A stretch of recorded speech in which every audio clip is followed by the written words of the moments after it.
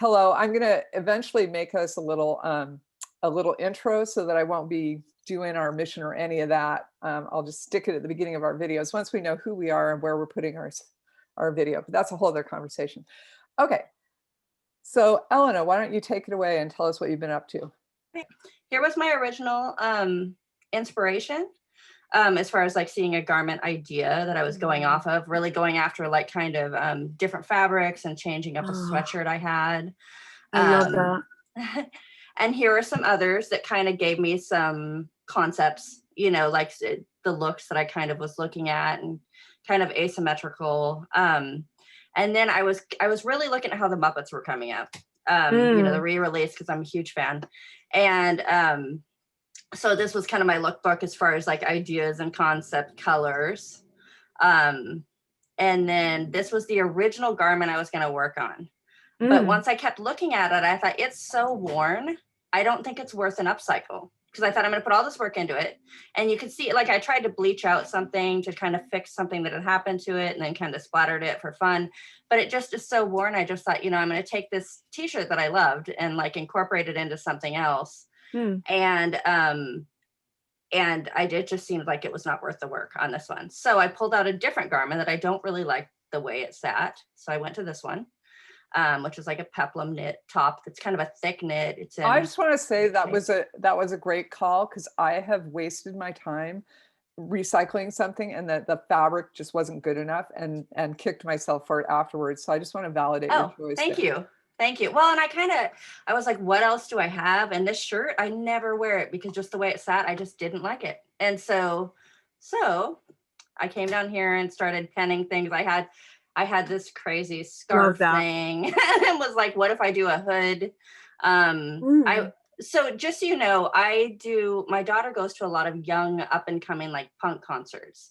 And my daughter has a disability. And so I drive her there and I figured out that if I take photography there, it gives me something to do. And so I was like, this might be fun to wear to something like that. Not so much to sell because I've got a licensed character on it, you know, but as far as design wise to play and go, what can I use? So anyway, so I pulled out fabric. 2%, if you change 2% of anything legally, it's yours. Oh, really? Okay. Yeah, and I believe in 2015 when I started this, that was the legal terms.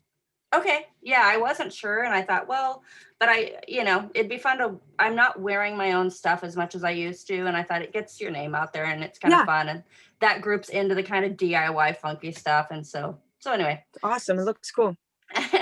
So I pulled out all of these fabrics and I thought, okay, here's some bold colors, because you know the Muppets, when I think of the Muppets, I love your there's all those collection colors too. Thanks. And they're all like scraps and pieces, except for like this, you know, and most of the, you know, a lot of them are from garments, things that we all had already like tie-dyed for something or bleached. And so here's the concept I came up with. Now, see, this is what I can't do. I cannot draw, and you are looking like you can. That's amazing. Thank you. I'm working on it. But the only difference between these two was I have some tie-dye strings, like they're strips of a knit fabric that I thought, do I want something hanging down the center? You know, and I was just trying to get a feel. This was me working through my anxiety. Can I get to an idea that I can do? You know, and so I got to here and I thought, okay, I can move forward. So just once again, there's those pictures just for concept. Here's a shirt. So here's what I started to do. So these sleeves fit funny. There's an undersleeve that it comes down to that's actually fitted. So I took that out. I pulled out the seam. I let the sleeve be wide because this just felt too coiffed for the idea of what I was going for. Yep. And then I went ahead and cut down the center, and then gave it a V-neck. And then what you couldn't tell in the picture, I had a very long zipper, and I was like, I kind of want the zipper edges to be up here like a trim at the top. So I'm kind of giving it something a little more funky. And so that's what's going on here is I'm pinning it from the top of the V and then down the front, and hand stitching that in so I can do it. And then I went ahead and, you know, put it in and I found kind of a stitch that was kind of funky to line it, which was fun. And then it really needed reinforcement. And I had this, so, which is probably like a bag handle, you know, but nonetheless, it worked. It gave it structure. So underneath the sleeves, I created undersleeves that go longer. And it starts as this green. So if these go up, especially when you're doing photography, you're going to see the green as well. Mm, Like cool. up under, but it doesn't like show that. when the sleeves are down. I love secret little pops. Yeah, I kind of have fun with that, or like layers that you kind of get a little bit of windows, like under skirts Yeah. or something. So Yeah. anyway, so then I started pinning this on. Here's the sleeves. I wasn't super happy with the sleeves because they're exactly the same. And I was like, that doesn't feel like it's working. So I might take that orange fabric and do a little bit of a trim and opposite, like elbow and cuff. Yeah, Or but something. so the sleeves are actually fully set in at this point with the second layer. Yes. So they're underneath and they're stitched in. And what did you say is just pinned? Is it your animal and animal and the name are pinned, and this is how I want to place them. I'm really glad thank you. I didn't do it yet, and I'm really glad I didn't, because I was going to iron it on, then I thought this is stretched, that's going to be terrible. So like, I'm really glad I didn't jump in. So but I want to do a variegated thread that changes colors and do a zigzag around the outside of it and leave it a little bit stitching rugged. Yeah. And then I got down to here, and these are pinned here, and I was just like, I don't like this. One, I didn't mean to go that long. And there's a whole bunch of other colors to add, but I just stopped here and was like, I don't even know if I want this here. This part curves. It's rounded. I almost thought of moving that to the back like tails and doing all the colors shorter and going longer.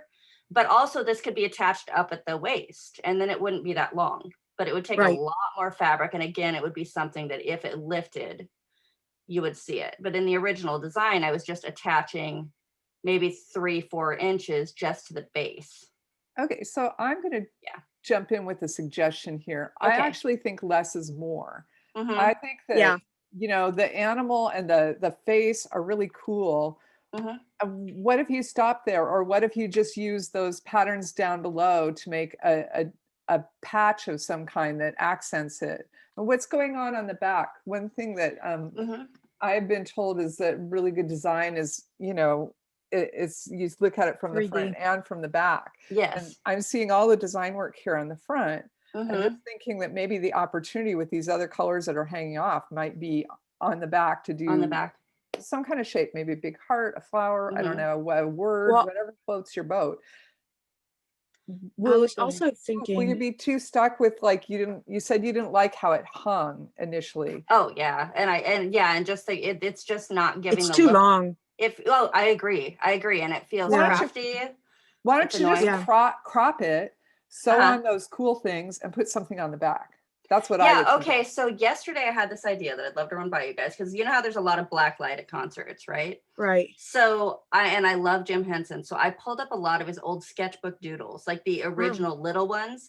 And I was like, what if I took and I put those in white on the back, like graffiti, so that when like almost, you know, and then like kind of had, you know, like just little bits of like sketches from that, so that when the light hits it, you know, you'd see it anyway, but the light hits it, it would glow more, you know. And I thought that'd be kind of fun, you know, and kind of that would be design. Fun. Because you have the animal that's white, that would be glowing.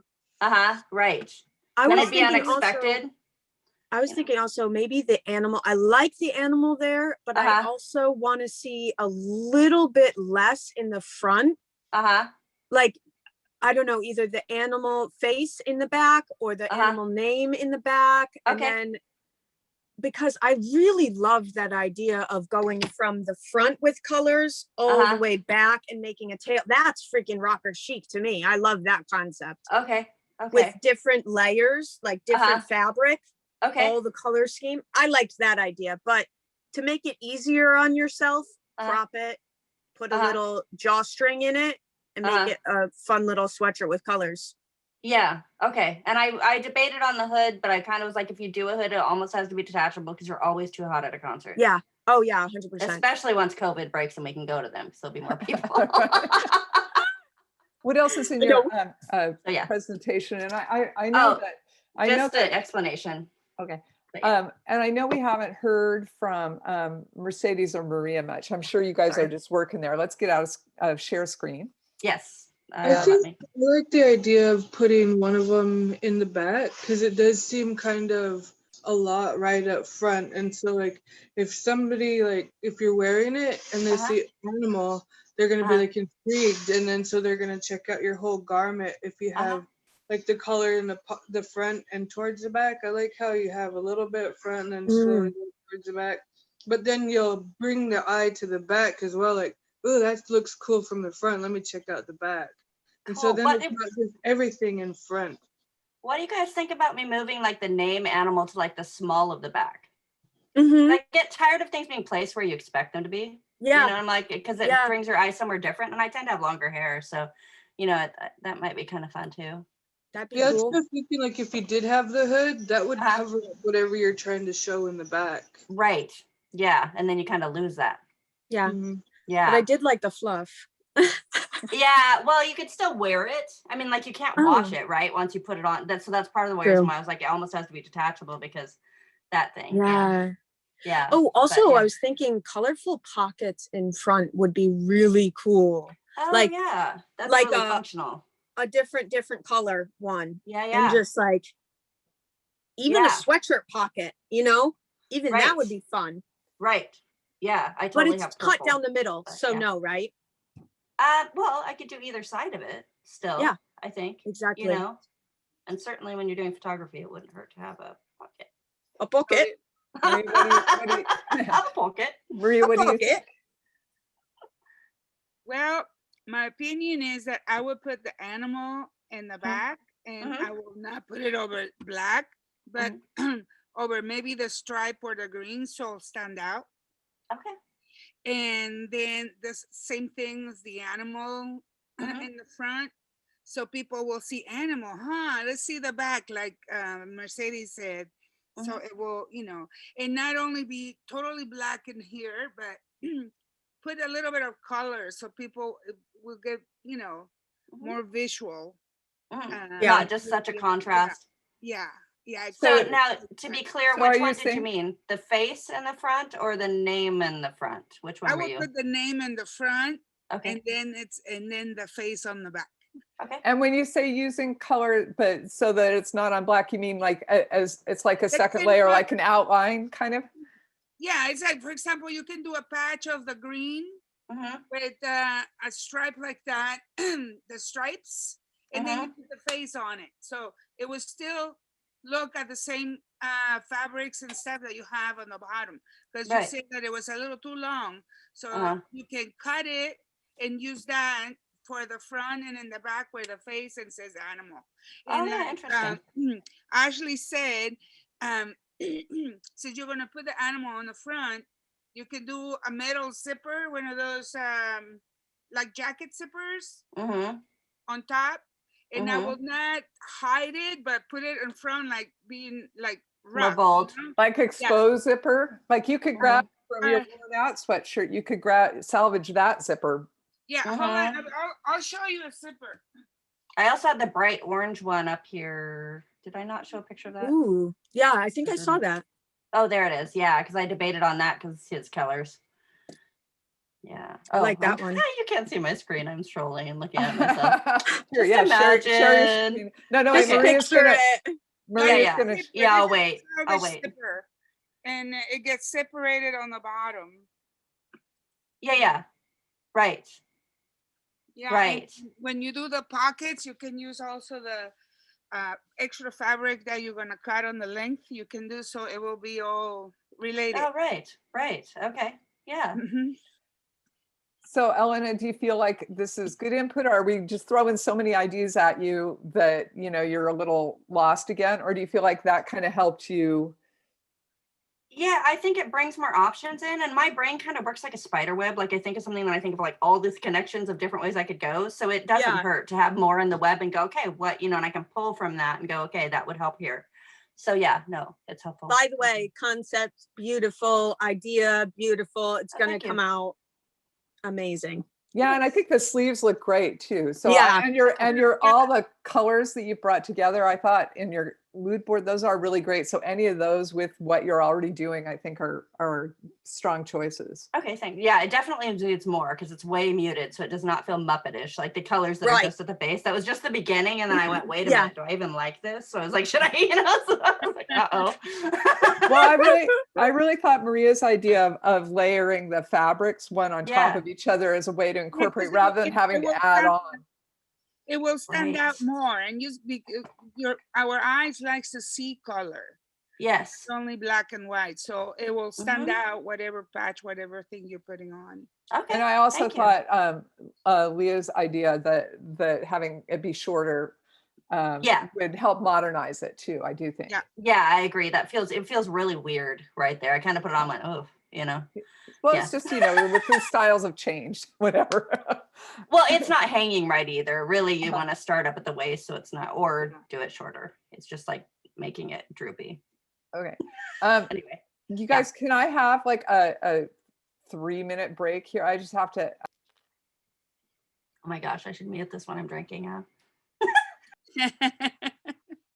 So you haven't finished it yet? No, I got to that point and I had not slept for like 5 days hardly. So I kind of physically crashed and was like, all right, well, I've got to get sleep and then recalibrate. And we had some other things happen. And so I kind of was like, sometimes like it needs to percolate in my head and get to the point where I go, okay, now I know where I'm going. And I think that'll come faster. It used to come faster, but now I think I'm just kind of learning a new groove. But yeah, and I don't know, whenever I think about something, like I have a project, I even dream with it. Yeah. And I make stuff and I create in my dreams and then I come back and do it. Yeah, and I don't stop until I'm done. Right. I also do, like, if someone mentions like they're wanting this or they wish they could find this, my brain just starts like designing for them and it's like off, you know, to the races, you know, or like getting on Pinterest. I could be lost there forever. Oh my God, Pinterest is such a yes, but it really helps to like grab ideas. It's just that, seriously, you can use your life to it too. Except they all do such fine work. And then I'm like, oh, I wish I did that. Okay. So we're, who wants to, so for your challenge this week, are you going to keep working on that or do you want to take a break from that and do swimsuits or what do you want to do challenge wise? Well, I sketched something. I was really frustrated with swimsuits. What I hoped to do was something that I'm not seeing. One, I don't feel like plus sizes get a fair shake. Like the design level is just really feels like it's always kind of like a throwaway, except very rarely, to give something that actually looks good and feels good. And I don't think that that's necessary. But I also thought for people who are trying to figure out gender stuff, in our culture, there's not a lot, like all the looks are so exactly the same. It's just like a different line on the exact same silhouette. And I'm like, not everybody's comfortable. We're thinking the same line of things.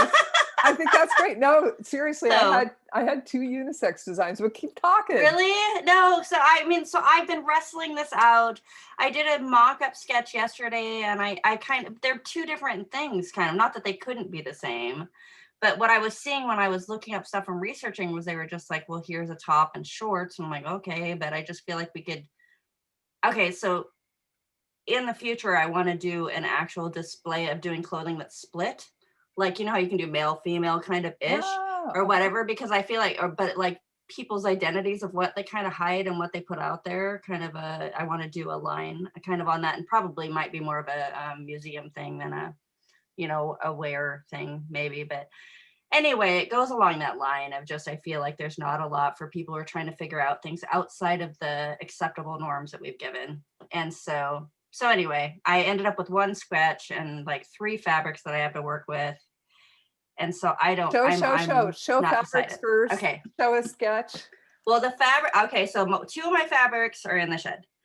I didn't think I'd ever find a use for them. I have 2 metallic fabrics. One's a Kelly green and one's a gold. And I was going to make some of the Power Rangers ice skating outfit for competition. So it would have been perfect for that, but I did not have the nerve to do it on a guy. So anyway, so I have this dress and I didn't take pictures. I'm sorry. It's a Merrill It has this cool top. Like, can you see the bands at all? You could take advantage of sorry.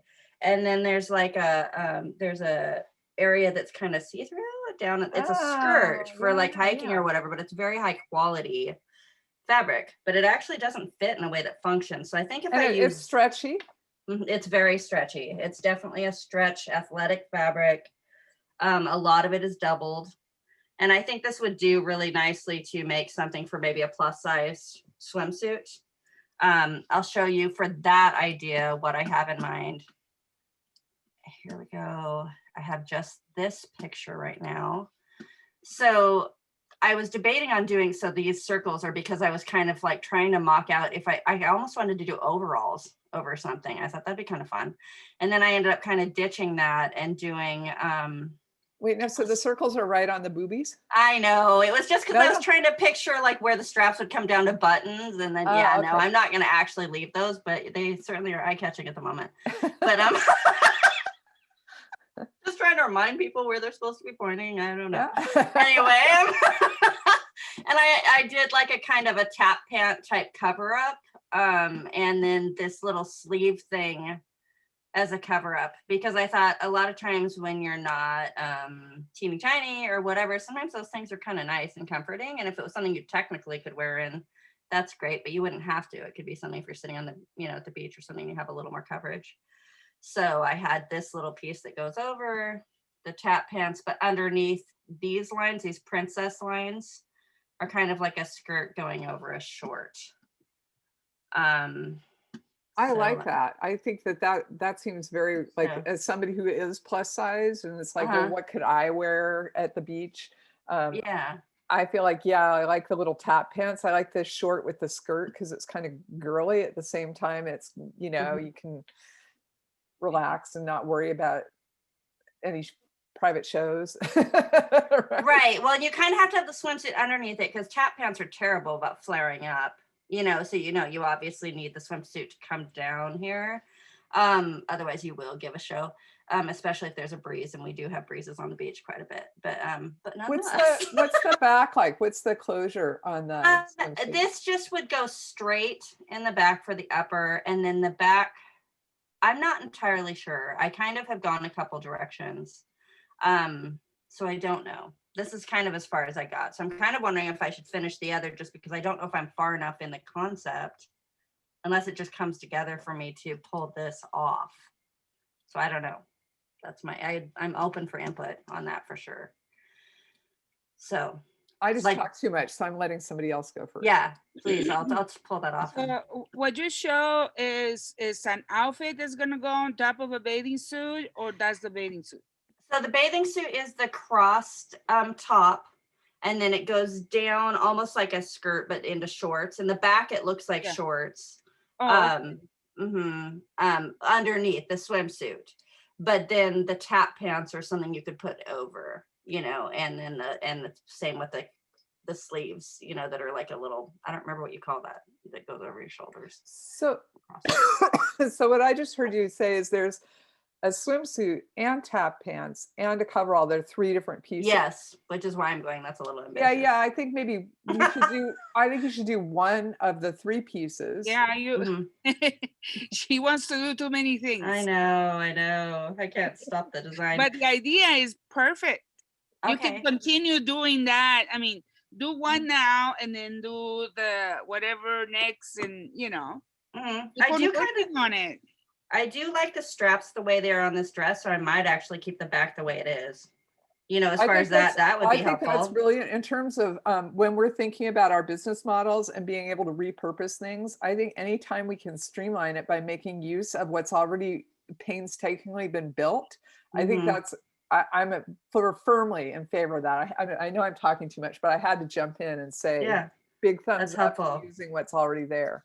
I do think it needs an actual bra though, because I think, you kind of want to feel a little bit more locked and loaded when you're out there. So, anyway. Yeah, I don't have like big boobs, so I wouldn't really know. But I know when you have bigger boobs, you want to be protected and you want to be like supported, especially on the beach when you're running into the ocean. Right.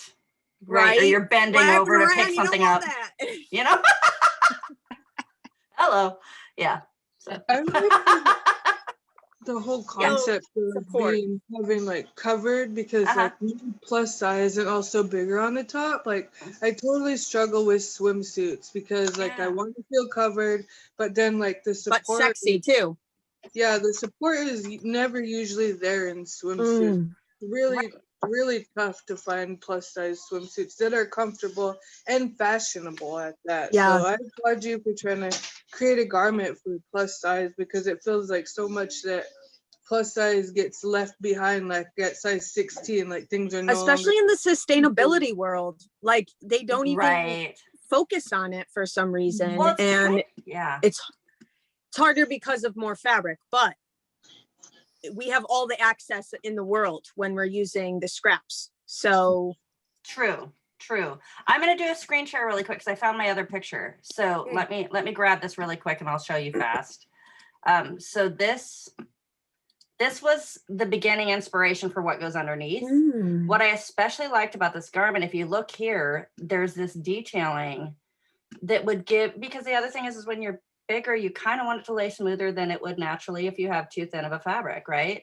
So that and the princess seams along the front instead of just having this straight on the outside, I feel like would give a little bit more confidence when you have a fuller body to put into it.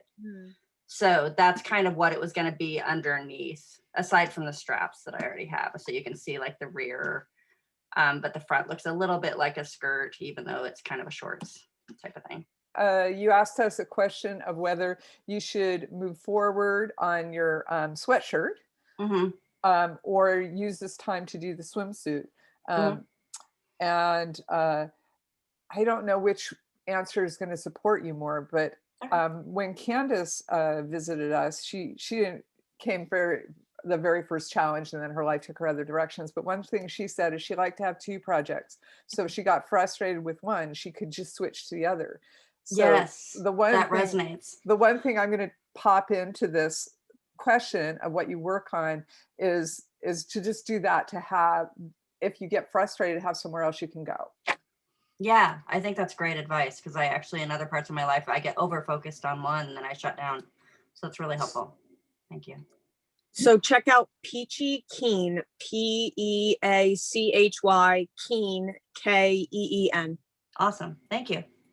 Peachy Keen Swim is their Instagram. Okay. Check them out. They do all sizes. That's why. Cool. Extra small to 5X. Okay. Does anybody else have a contribution to her on the question of what she should work on? I say choose one of those to start with and do that silhouette and then build off of it for the other two pieces. But focus your mind on one, so you're not like, so much scattered. And then it's scary. 3 pieces is like, oh my God. But when you can focus on that one, build it out, have those ideas in the back of your mind that you want to incorporate, but really have one focus, maybe the silhouette first and then add on. Right. You know, obviously. Yeah, that's how I started with the other two. I was like, get the structure done first, then go from there, you know? So, make sure it functions. Yeah. But it's a great concept. Really cool. Okay, I love that. Thanks. Okay. Who wants to go next? Mercedes? Maria? I'll go. Awesome. She sounds far away. She's coming. She's got it. Yes. Like I said, I have tons of fabric. All of them are stretched. I don't know which one I'm gonna get. I have like 20 dresses.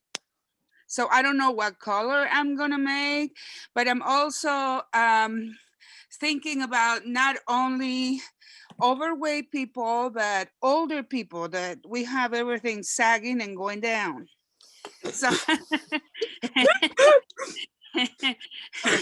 So, and I also like the lines that I design also fit if a skinny person to an overweight person. So this is my design. I'm gonna show you. I haven't put the color.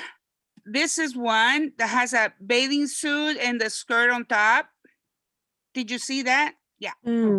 And one shoulder, so you have support.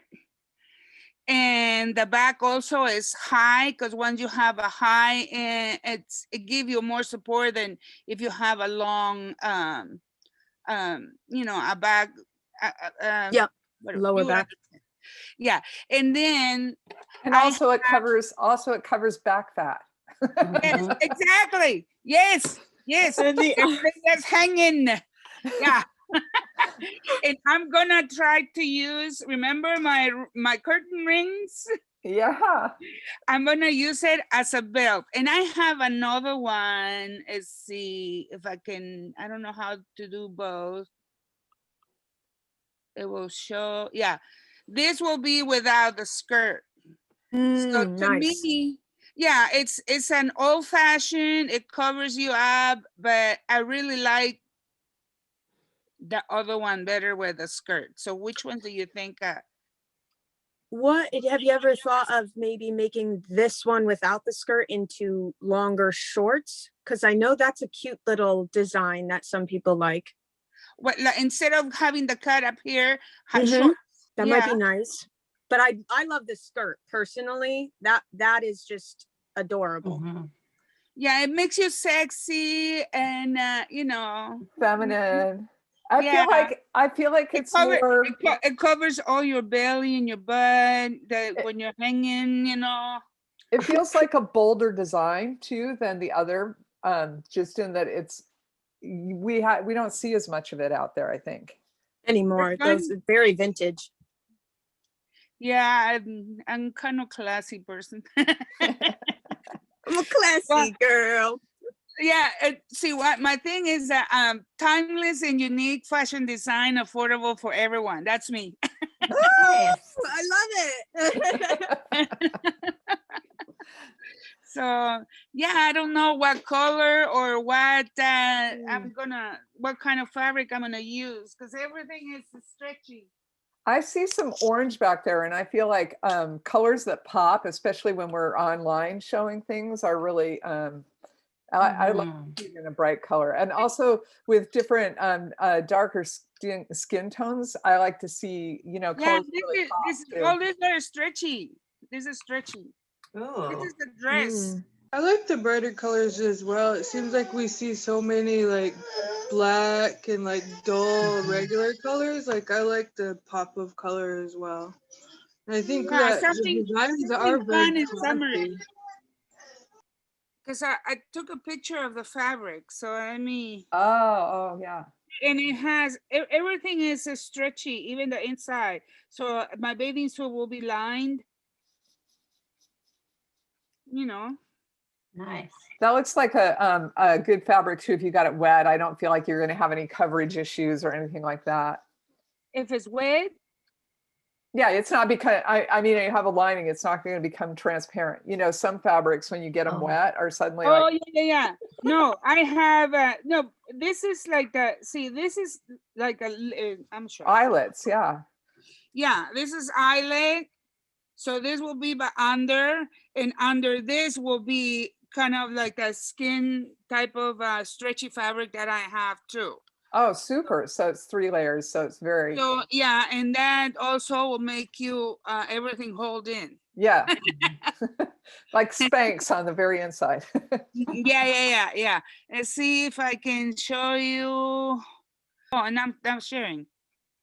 Yes. You guys see it? Yeah, we see it. That's beautiful. Yeah, I like the bright color. I think that could be wonderful, actually. Okay, I'll do it. Okay. Yeah, and a lot of those dresses, they have the cups and they have all kinds of stuff that I can reuse. Nice. Excellent. So let me stop sharing. Yeah. Okay. Mercedes, you want to go next or should I? I'll go after you. Oh, okay, great. Well, let's see. Okay, wonderful. So I will share the screen. I've attempted here to use Google Slide after that wonderful lesson that Maria gave us last time. So, but I haven't ever hit this button here, present. So wait, we're not at the beginning. Okay, well, let's go to the beginning. So first of all, we had that wonderful snowstorm, and before it even melted, my flowers started blooming. And I just put that in to remind us it's not all about what we do and what we make, but there's life to live along the way. So I was like, oh, I have to share this with them.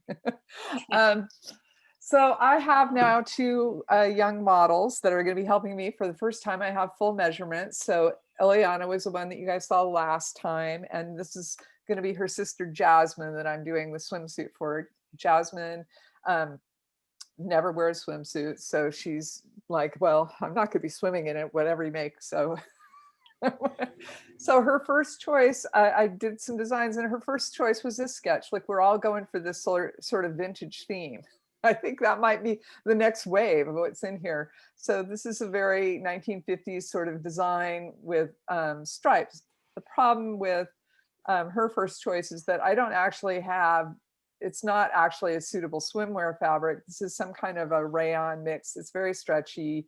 The second that it gets wet, it's just going to droop, and it's not going to have any, and I don't have good white stretch knit fabric to support it with. I have some black power mesh I could use, but that's about it. So I would be making this just to look at the design. It would not be a functional swimsuit.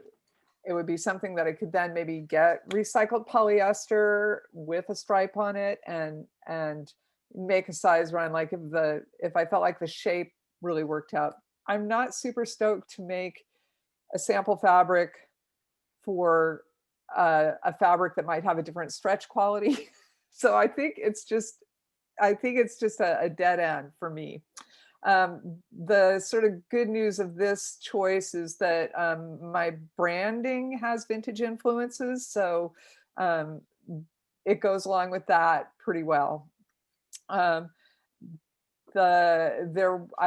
had also this sort of red butterfly thing that I said, hey, I could include this in the back, and she was like, well, what if you put it in the front, which could work. I felt like it was too busy with the stripes, but I do have this hot pink spandex, man. It's hot pink, and I've got lots of it, and practically the same design. Her sister's first choice, she liked this one better, and I feel like I could put the butterfly in the front here because all this is going to be as seams. It's not going to be a lot of stripes, so that could be a fun element. My model's second choice was this design, and I'll just flip to the fabric real quick. So it's a sweatshirt that I've started stenciling on. So and then I have a polyester sports jacket that I'd be building this out of, and I'm not sure what the trim would be, but it's going to be something pretty stretchy because this is there's no closure on this. It has to just pull up over her shoulders to get up there. I think one of my concerns is I probably have to go pretty high on here. So backless designs tend to slide off if they're not secured. So I didn't think of that when I drew this picture, but I'm looking at it now going, I probably need it higher in the front. This is probably the one that I'm going to work on. Then I had some unisex options. So I wanted to do kind of a scuba inspired one with a little bit of a drop crotch, and she didn't like the drop crotch. She thought it was going to be she was going to make it hard to put the swimsuit on and off. And I thought, well, it just makes it so that a woman could wear it without, if it's a little lower down and it's deliberate, it wouldn't just look like, wait, there's too much room there. You know, it would look like a design style. So that was my thinking there. I also had, for the kind of trim color, I had the idea of using these elastic bands. And I have some insecurity that they're elastic. That's going to show that it's going to make it feel cheap, you know. So I'm okay with the fact that she didn't like this one as much. I actually kind of liked this one, which is more of a two-piece unisex option. So it's just taking some men's swim trunks, sizing them in, and adding a stripe here, and then reworking a sports shirt to just have a little bit more modern design and something that I could tie into the shorts with, so they would go together. So those are kind of all of the options. It's not set in stone. I'm leaning towards this one. And I would just love input. Now let's stop screen share. I'd love input. If you see any things like what I just noticed, oh, the back will fall off, or no, you really could do that drop crotch. I guess I'm interested in your impressions. So I have the model's input, and her sister's, but I'm kind of, what do you guys like? What do you think? I like that one that you like, that is where you're afraid that the shoulders are gonna go down. If it's a stretchy and it's one piece and you'll have that deep cut on the back, that will pull where, I mean, it will not go down because we're doing stretchy, and stretchy you usually do it as smaller, like smaller than a normal size. This is one of my questions for you, a technical question too. How much do I take out from, like, if I have a sloper? Let's say you have your, I don't know how advanced are you in your designs and stuff. Well, first of all, you have to have let's see, your pattern. You make your pattern without the seam, the seam allowance. Okay. So with that, you make exactly the same. Well, let's see. And then you have to see how stretchy the fabric is. Okay. The fabric, it's not as stretchy as a stand-up. Yeah. The waist one will have to be, because it's going to have to, she's got a good difference between her waist and her hips. I think about 12 inches. Minimum, well, the way I knew that you do the minimal stretch, mid stretch, and a total stretch. Okay. So minimal stretch is if you take a piece more or less 4 inches, 2 inches, and you get like a 4-inch rule, you get 2 inches, and if it stretches 1 inch more, that's minimal stretch. If it's an 1.5 inches, it's mid stretch or 2-way stretch. And if you stretch it farther than the 4 inches, is a 4-way stretch. So that's a stretch this way. So you have to see, you have to get to know the kind of fabric you're gonna do it in, so in order to work. And then you just give, once you do your pattern, you give just 1/4 inch according to the body measurements. You don't add any. So only for your... 1/4 inch less than the body measurements, you say? Or what's the 1/4 inch? Is 1/4 inch will be your seam allowance, but it's over your let me bring you some. Okay. I am sorry if this is like redundant to anyone, but I don't really know these things. Yeah, it helps me too. Very helpful. I'm pretty new to using all these, and I see when I'm looking at different fabrics, they have the 4-way, they have the scuba, they have like tons of different types of fabrics, and I'm not sure about any of them, like the stretch wise of it. And I mean, I've read stuff on the internet, but it just really helps talking to somebody that sort of has been there and done it. Yeah, for sure. Yeah, it's really about just like testing different fabrics and knowing the stretch of them while you're working with them. And I think it takes hands-on too. Yeah, the blue fabric that's the main body is not super stretchy, but the black fabric I think has a lot more stretch, or I can find some. I mean, I'm going to have more options with the black fabric because it's just a lot more of that's. Lots of people wear black here in the Northwest, and lots of that ends up in my donation pile. So, okay, these are blocks. This is how just the body, exactly the body measurements. You don't add, when you do a pattern, you have to add here and add there. So okay, that part I do know. And then you have your seam allowance. This is exactly the body measurements for a size 6. Got it. It has no pins, no nothing. And I think it's reduced by an inch. So it depends on how stretchy your fabric is. Reduced by up to an inch. Yep. Total. So that's if there's 4 seams, that would be a quarter inch. An inch in each side, because this is one side. Oh, okay. So if it's, this is here. Pretty much patterns are mostly half. Side, see? So reduce it by an inch of the how at the stretchy waist. your fabric is. Okay.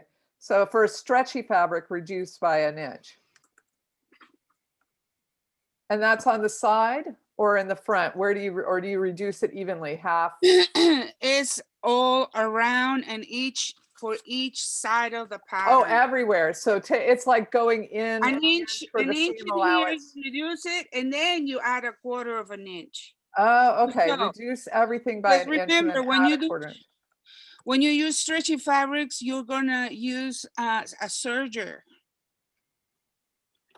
instead of a sewing machine, a regular sewing machine. You use a serger, or I don't remember what's the name of it. I have another one that when you sew, it gives you like a chain. From one side, you see the chain stitch. On the bottom.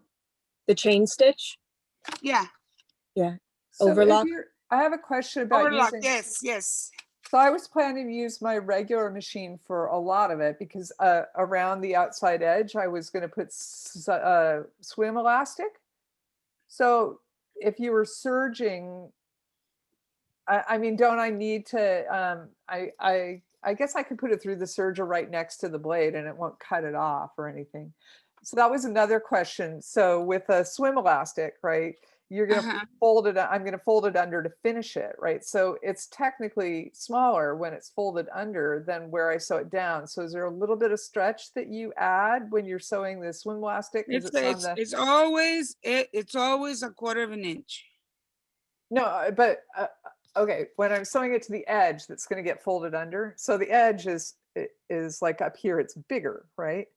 And then when it's folded under, that'll be smaller. And I'm sewing the swim elastic to the bigger area before I fold it under to finish it. You know how to show. So my question is, do I need to stretch my elastic a little so that it sits at the right your elastic has to be stretched, yes. Okay. And usually, let's say, how do you figure out how much to stretch it? I was gonna say, let's say this is right here. How big it is, right? Then you do your measurement of the leg more or less comfortably without really tightening you and cut your blood string. And then you, how can I say, when you put your elastic, if it's a round thing, you put let's say it's like 4 inches less. So your elastic that is around, you divide it in 4.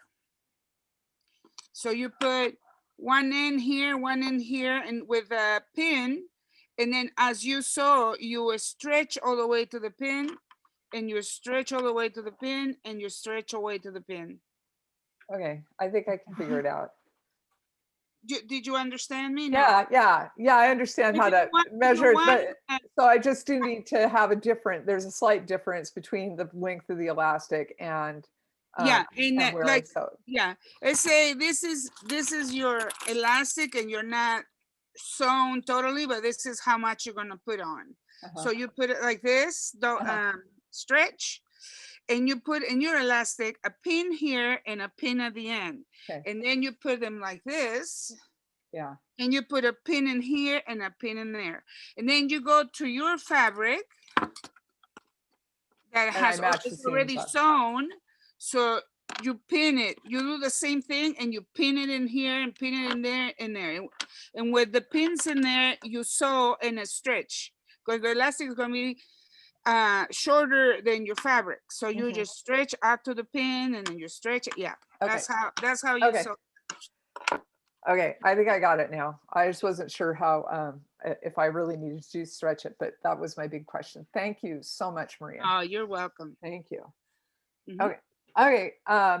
So in general, people like my the model's number 2 choice, the one that I'm thinking of doing, or anybody feel like I should try a unisex design, just be crazy? Or I think even the one you're doing, the way it's designed, is still less of a delineative of like a stereotypical feminine garment, which I think is awesome. I'm really hoping eventually you do all of them and do like a show or something, because they're super cool. I was kind of having fun with it. I was like, oh, that's fun.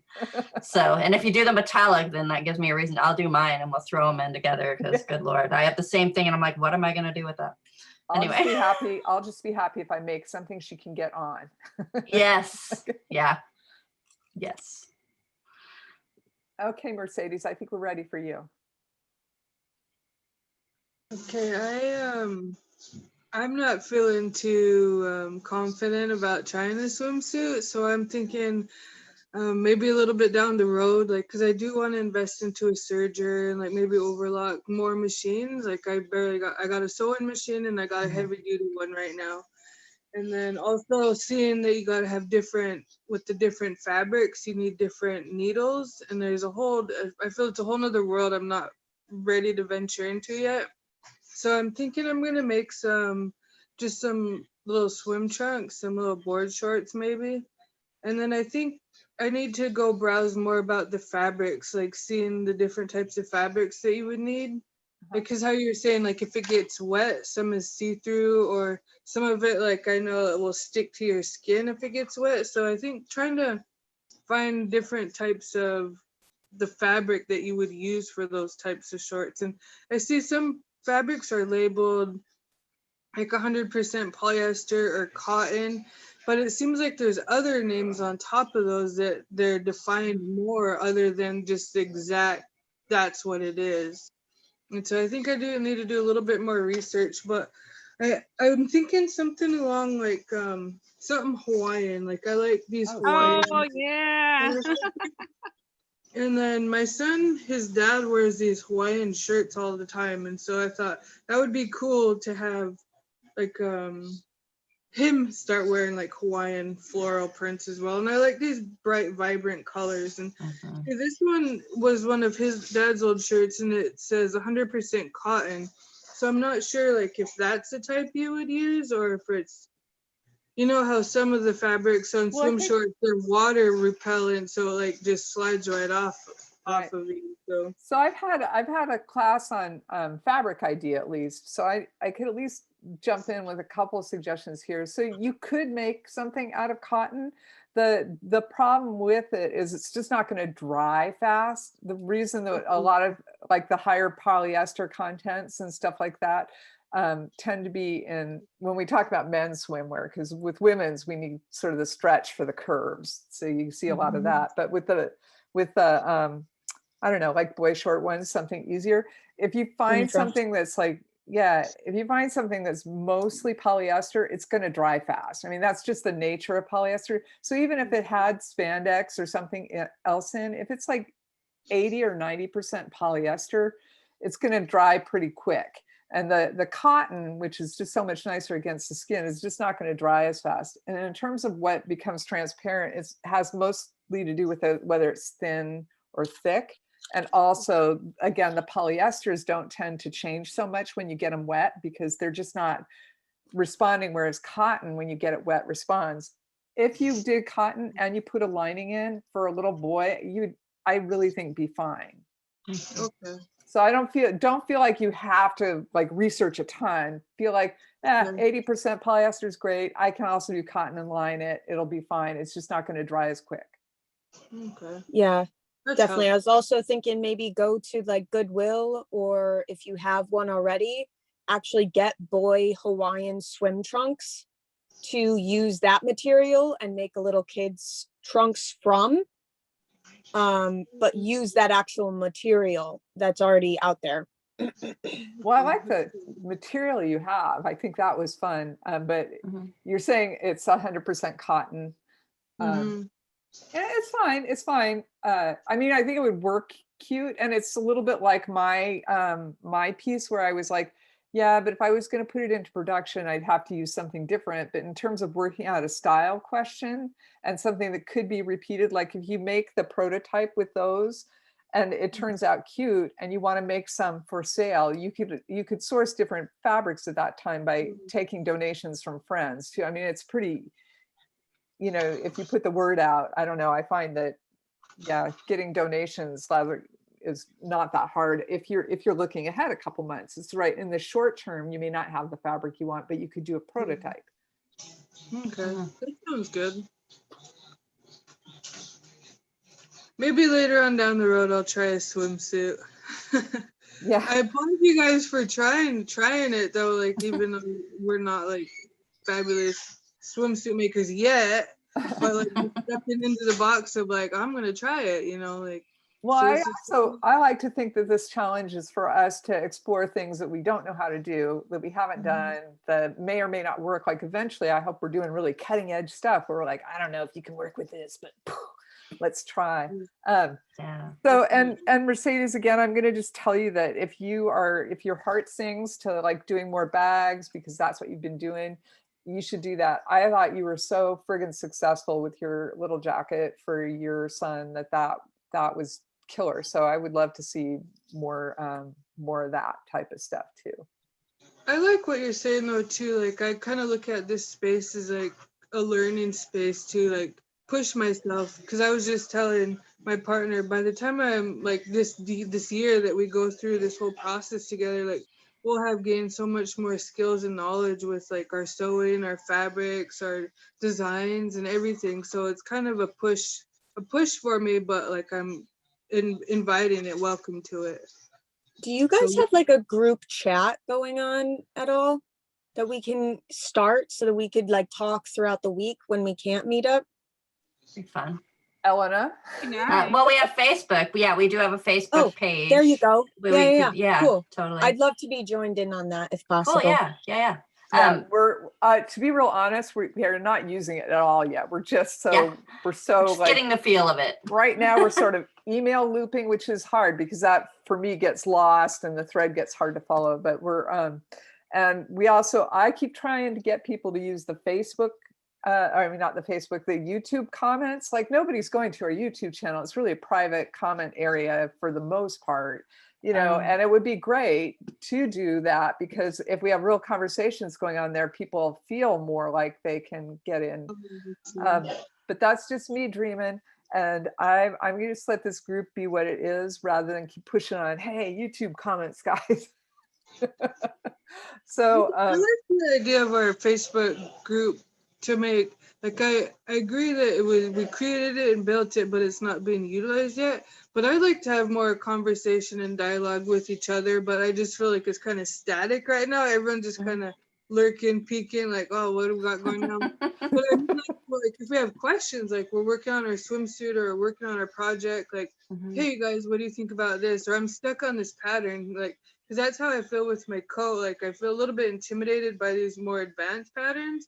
Like, so I could say, hey, this is the pattern I'm on. This is a part. Like, what do you guys think? How do I cut this? Or so it's more interactive with each other. And I think that'll all help us out a lot as well.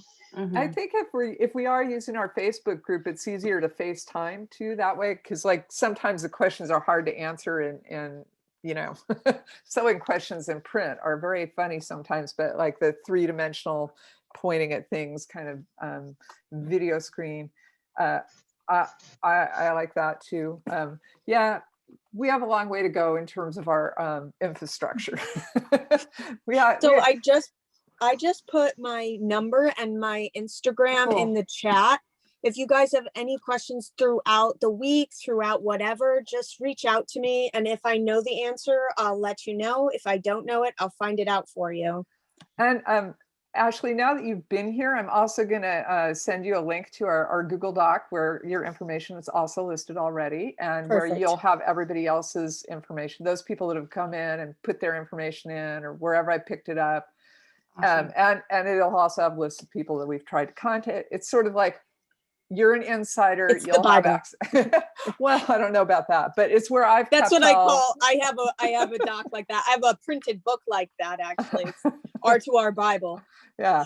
So it's our insiders shared information place. And awesome.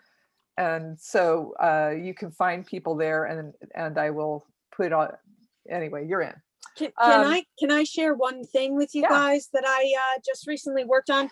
Every month we do a collaborative thing with Not for Reproduction, they're called, and it's this awesome designer. She's mainly a embroiderer, and she works here in right in Los Angeles, and we do every month a new jacket. Oh my gosh, look at that. And so I actually found this. I found hold on, I have a call.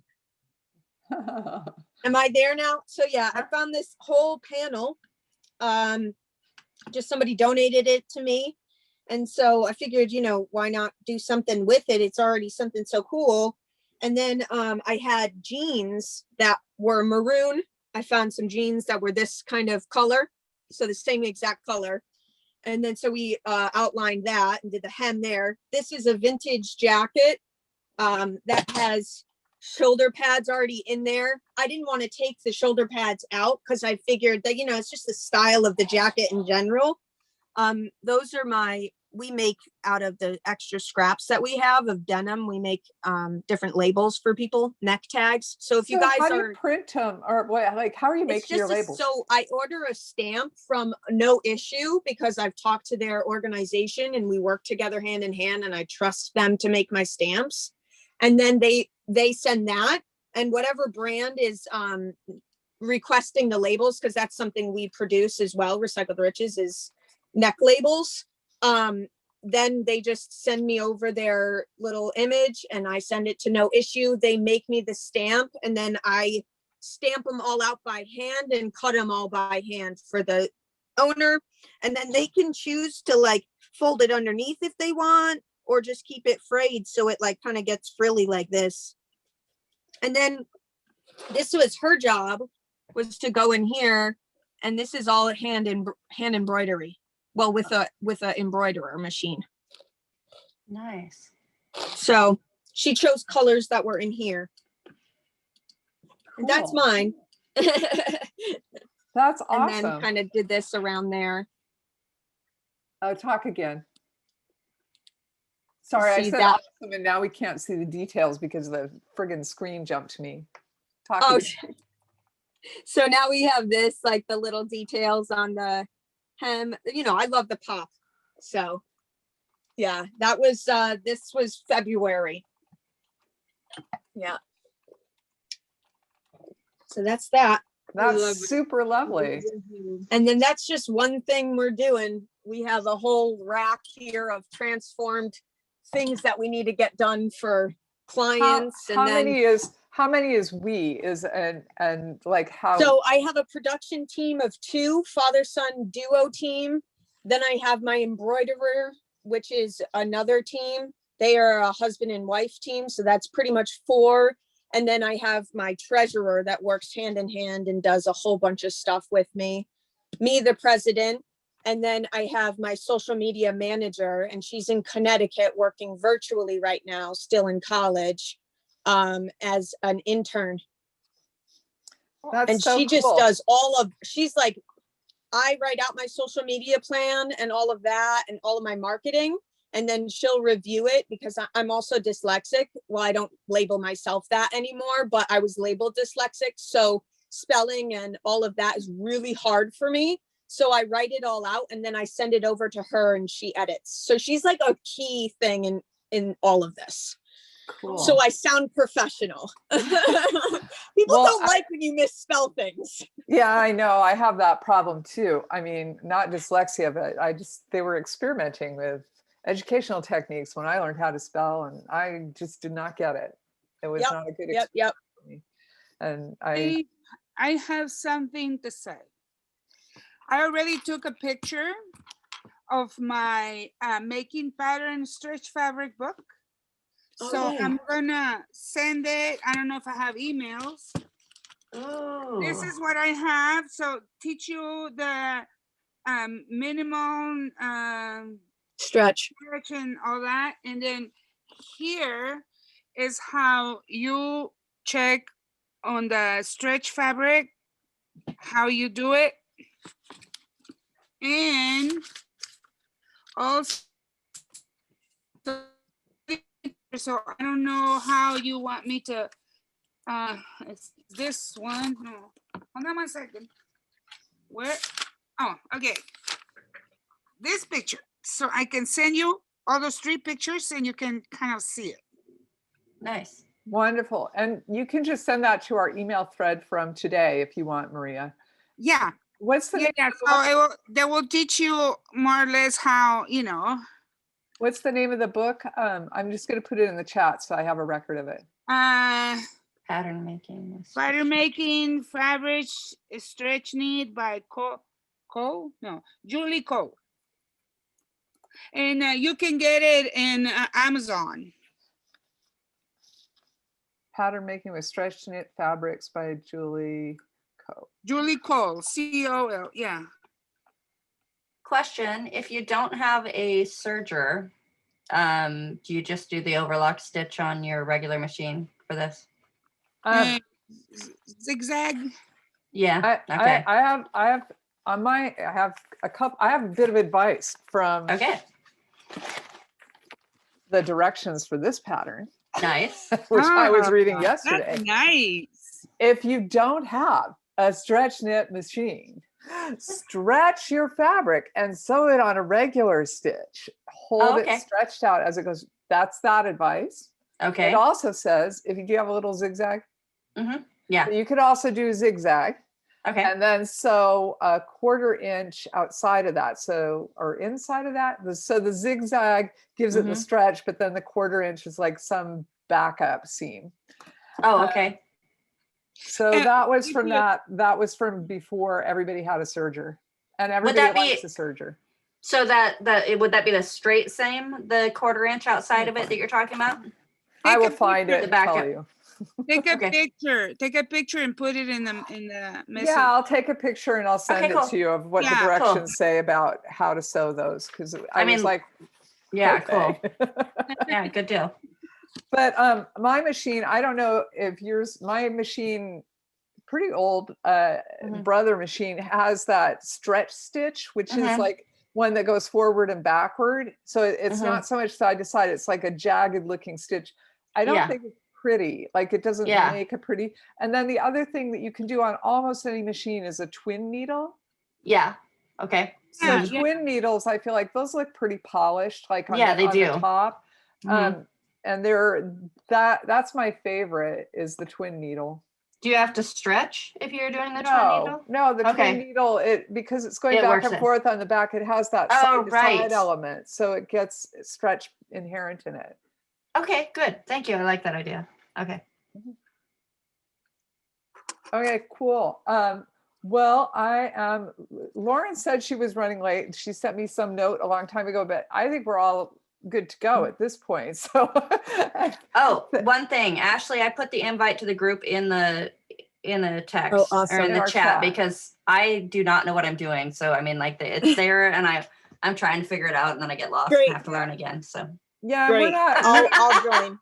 We're nowhere near as organized or tech savvy as what you're used to. We're all just figuring it out together, because really we just like to sew. But I love seeing people's faces instead of just being part of some Facebook group with 200 people I don't really know in it. That's just not satisfying to me. So it's hard to connect like that. Yeah, like 5 people I know well kicks butt over 200 people that I don't know any day. Yeah.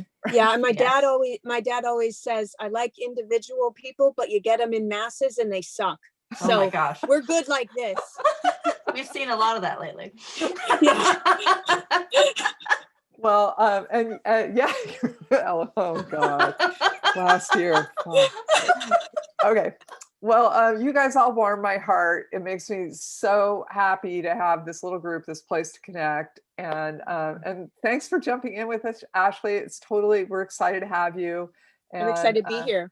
Okay. And so we're supposed to finish by Wednesday. And I'll try not to cheat and spend all of Wednesday finishing and taking seams out and fixing it. But we're actually not reviewing until Thursday night this time, because that's when YULIYA is available.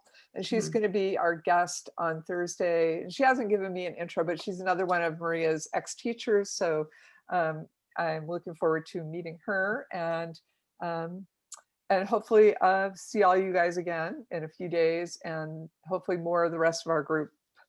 Come back, Lauren, I miss you. And I don't know why Yanique's not here. I miss Yanique too. Anyway, probably because they're not sewing. Anyway, okay. I'll this talk to you Thursday. This Thursday, I do have something at like 5. So I'm not sure when you're going to do it, but I'd love to pop in if possible. I'll send you the invite. I'll just include you on our list for now. We're 6 is when we're planning to get started with YULIYA. Okay. Okay. And now that we have another time set aside for our group talking business, I'm not going to waste any of our time with her talking business, but I will be online ahead of time if anyone wants to come socialize. I don't get enough hearing about your life and the other aspects of you that don't sew. And I do want more of that too. Like I want to be friends. Friends. Yeah. Okay. Love you guys. I'll see you in a couple days. Love you. Thank you for inviting me. Thank you for being Good here. to meet you. Bye, guys. Good to meet you guys.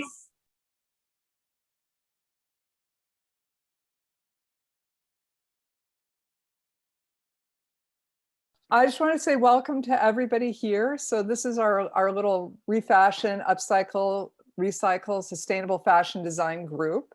And our mission is to basically be a support group for each other and other designers working inside those parameters. And really we want to do anything we can for each other, from cross promotion to education to collaboration to emotional support, accountability, goal setting. And we've been doing these little 2-day challenges that we record what we're going to do, and then we have a guest in and we review it with our guest. So talk about how it went. And today we have YULIYA Suleymanova. And would it be okay if you could introduce yourself and give us a little bit of your background? I don't have a bio. I've stalked you. It's fine. Yeah. yes, totally. So Maria was one of my students at the Art Institute of Seattle for a number of years. And so I've been teaching for over 12 years at the merchandising marketing department at the Art Institute of Seattle.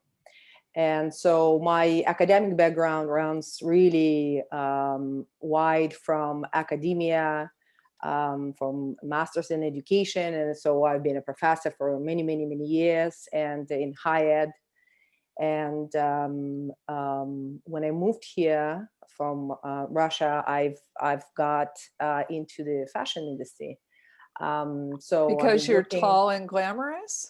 Actually, not that. Well, I did some modeling, yes. Then almost 17 years ago, it's quite boring. Now it's quite diverse, getting into that. Being diverse age-wise, sex-wise, female, male, transgender, it doesn't matter. So it's way broader, the representation of humanity in the fashion industry, which is fascinating and giving so many opportunities for so many, to inspire people, to motivate people through fashion, of course. And so I've been working for almost 5 years, I think 5-6 years, with Madina Vadachi, which is our local couturier. She did the high-end couture pieces and ready-to-wear as well. So when I joined her, she sold her bridal business, and then she launched her ready-to-wear collections. And so that's when I joined her. And so I've been working with her as marketing, promoting, brand management with her. And so I've got a lot of knowledge about fashion industry then with her. She was really knowledgeable and as a mentor to me. And then I joined Fashion Group International, actually, as a board member.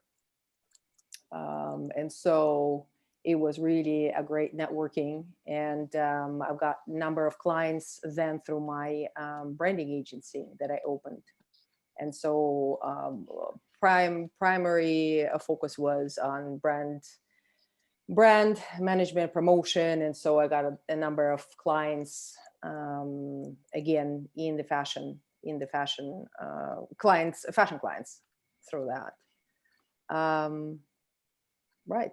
So, and then of course the producing is a huge part. Yeah, so you produce all these videos. You have your own video Right, channel. You have your own right. business. Tell us a little bit about that and what your goals are It's there. doing quite well. Yes. So actually, there are two YouTube channels. One is that I started about 5 years ago.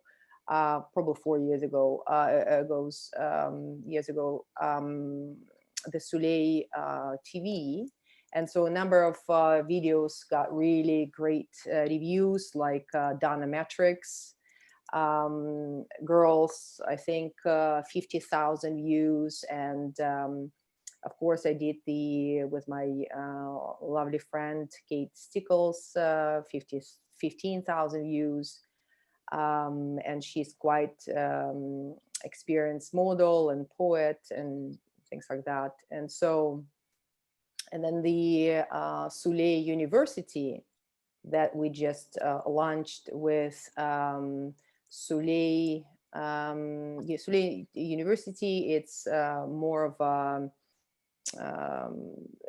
the focus is on education, acknowledgement of what's happening socially, economically. It's based on academic research that I do through my doctoral work. And so it's quite intense, I would say, Sulei University, but a lot of fun. So we're producing those short 20 minutes long videos. And yes, but Sulei TV is, the focus is on media, promotion, cross promotion, business, fashion, arts. So it's international. Excellent. So in terms of, since you sound like mostly like a brand specialist in a lot of ways, and in terms of like the indie designers, a lot of us we all different skill levels. A lot of us are just starting out. What would you say is sort of, when you're starting out, the most important thing to think about in terms of defining your brand? Right. Well, I think there are basically two things that I would focus on, or at least think about. Number one is how much budget you have. And in terms of what are the priorities? So prioritize your budget. So and you mean an advertising budget, or I'm in terms of defining your brand? Yes, and I'm not even going into details. Meaning, yes, of course, you analyze, you evaluate your business. You say, I do, sourcing great, but sewing is not that great. I mean, you defined, priorities within your business. What you do, what is your business is about. What are you going to focus on? So you decide what your priorities are, instead, so that you know how to use your budget, because budget is not plastic. It's not, you can spread it thin, but then yes, you can do that. You can spend a little bit of money on advertising, a little money on this, yes, great. But then at the end of the day, what is your priority? What are you trying to be good at? What is your focus in your brand, in your, what is your focus? So determining the focus, yes. So two basic things: budget, prioritizing budget. And number two is, and of course there is, all these questions, Staci, you asking all these questions, there's a homework around budgeting. Okay, it's not just budget. There are million variables that goes into the budget. Okay, prioritizing one of them. So around budgeting, but two pillars that you might want to focus on is prioritizing your budget. And number two is collaboration and cross promotion. And now I kind of explain to you again what does it mean. So again, budget, as we've mentioned, there are many variables that goes into the budget. when you, there is a story, I don't remember where I got that story, where it was a presentation or lecture or someone I knew, but there was a designer, fashion designer, and he was making red carpet gowns. And so he said, okay, I want to be like Gucci or, you know, Versace. Okay, great. There's one Gucci, there's one Versace. That's fantastic. Okay, how would you do that? Well, it turned out that he, I make the story short, he was a caregiver at a very well-off, I don't know how you would explain, but to the patients that older patients that had the money, the budget, in Hollywood, back in, of course, LA, in Hollywood. So he was serving, taking care of them. And so guess what? They had the connections. They had the network in Hollywood. And so they helped him to network. And yes, his gowns, you can see now his gowns on the red carpet. It just kind of, and there are many stories like that. So it's, again, it's about collaboration and networking. Mm-hmm. Nice, nice. You know, again, budget. Why budget? Because one of the main and I think important things when you're trying to make it happen, then when you promise too much and you don't deliver, that would be the end. Because clients will turn away and they will find somebody else. Maybe not better, it doesn't matter. The thing is, they will leave. And so budget is about building, yes, it's about money, yes and no. It's about custom relationships, your customer relationships building. When you have a solid customer base that really love what you do and they pay for it, then you have a solid base to work with. And it can be 5 clients. You know, it doesn't matter. For you as an indie designer, it's not about quantity, it's about quality of relationships, quality of your product or service that you do. So again, budget is about not overpromising. So if you overpromise, then I don't know how you would grow. I have no idea. That would be, it's a suicide, especially for a small business. So to win your customers and to continuously giving them what they want, that's what you want. That's how you would grow. Okay. And then number 2 is collaboration, meaning you cannot do everything on your own. Like say producing events, producing fashion shows, producing events, doesn't matter, online, offline. You cannot do it on your own. You will not do it. It's impossible. Okay. Well, this is music to my ears as part of a support group where we're working on, we're starting to talk about collaborations that we can do. It's comparative advantage, advantage. You outsource certain things. Yes, you can do it. You say, yes, I can do producing, I can do sewing, I can do sourcing. Yes, of course you can. But then in terms of productivity, efficiency of your businesses, any business, 1-person business, 2 people, 2,000, 200, doesn't matter. At the end of the day, it's about productivity and how you can grow, right? You can grow. And so collaboration, exchange of information is how you can grow. And I know it's really hard to do, especially in a fashion business, especially in Seattle. We don't have many resources here. You always have to find people that you can trust, especially as an indie designer. I know, for example, we had, now I'm not sure if we have, but we had certain collectives, meaning there were places, kind of collab places, hubs, where a number of designers, maybe 4, 5, 6 designers would come together, and they share this space, they share sewing machines, and they and then they give each other work maybe. And so I know a designer who is an expert in leather, and so he at some point had more clients that he could handle, and so he needed somebody to sew his jacket or something. And you need to understand that the leather that he's sourcing is very expensive, and the work that he's doing is very unique.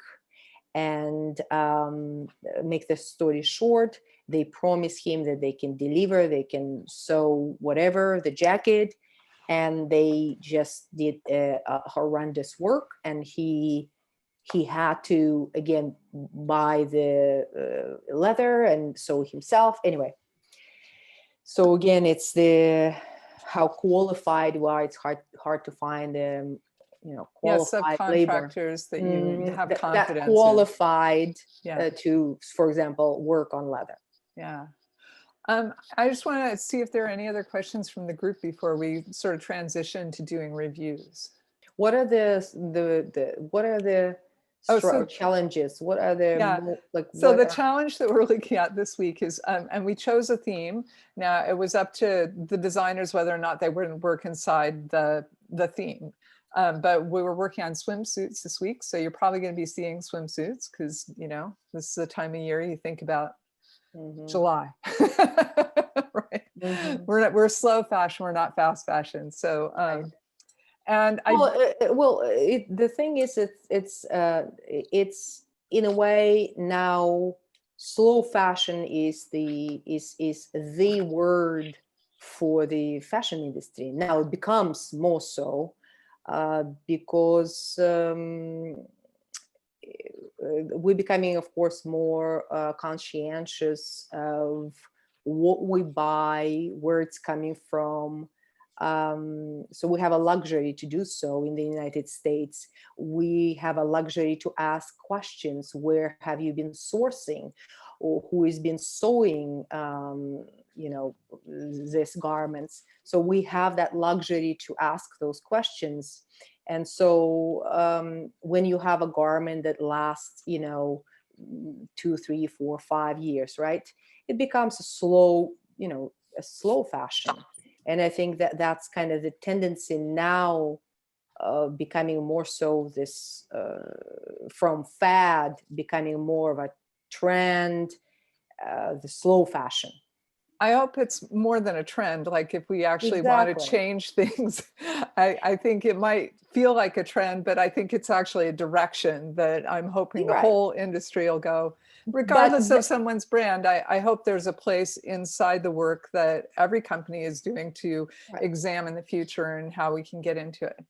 And that can be also a part of your approach, how you approach your customers, meaning you have a piece and then you suggest your clients to, for example, layer with that piece that you have already. And so to show how you style the piece in different ways. And so you can wear that piece, that dress, that jacket for not just a year, or 2, 3, 4 years. So you see, so you can, as a designer, can have that approach in your business, how you design pieces. So all your pieces can be interchangeable. They can be worn with different, it can be with different styles or different ways, right? So it becomes not the trend, it becomes the classic, the timeless piece then. It can be a part of your business. Yeah. actually. Excellent, excellent. Okay, wonderful. So what we're going to be doing today is we're going to be taking a look at some of the designs that folks that were here for last Sunday for the challenge have been working on, and they're going to talk about what worked and what didn't, and YULIYA will give her input into how she sees really what can we do with the garments or the lessons that we've learned to move towards having a marketable product. And some people have marketable products, and some of us are really very much on the learning end of things. But this is all with the goal of making things that actually could have value to other people other than just us. So, you know, whether we're wearing them or someone we know intimately is wearing them, we want to make things that have a value in the world. Okay. Elena, go ahead and take it away. Okay, so basically all I was going to say was that I was not able to complete. I did not look ahead at my schedule, and I had some pretty heavy medical appointments, and I didn't realize how much stress that would take. And so there wasn't much of me left. So I do not have something to share. I do have a question I'll share on Facebook and see if you guys want to help me figure that out later, but I don't want to take up time. You don't know. Okay, first of all, you don't want to take up time in our meeting. That's just ridiculous. This is what we're here for. Okay, so we're here for each other. And I want to champion any progress that you've made with any of your ideas, even if it's just thinking. Did you have time to think about it? Well, I took the one piece that I showed you guys, the fabric, it's a dress from Merrill for like hiking in. And I decided I wanted to make like a jumpsuit out of that technically, like if you were hiking, you want to jump in the water, you could, because it's fine, you know. And then I kind of stalled because I wasn't entirely sure, because I wanted it a tap pant type bottom, how I was going to arrange that fabric, because it's semi-fitted and longer, because I was going to need to go bigger. And on the base, there's a band that goes around the see-through at the very base, which would be kind of fun to integrate, but I don't think there's enough to go around the tap pan on both sides. So I need to figure out if there's a design way I wanted that could break that up. Like it could just go around the back, and there could be a different panel in the front, and they could pleat into each other or something. Yeah, or like even the pleats kind of like intersperse it, you know? Oh yeah, that's another thought. Yeah. Yeah. So, I mean, I put it on the dress dummy, but nothing's been done to it. So why don't you show us at least the fabric you're working on so you can get a sense of it. Let's see if I can move her. So this is a support group. That's one question, and designers coming in it seem to think that this is a competition because we're doing challenges, and it's not a competition. The goal, my personal goal, is very much that we all feel supported wherever we're at. Here she is.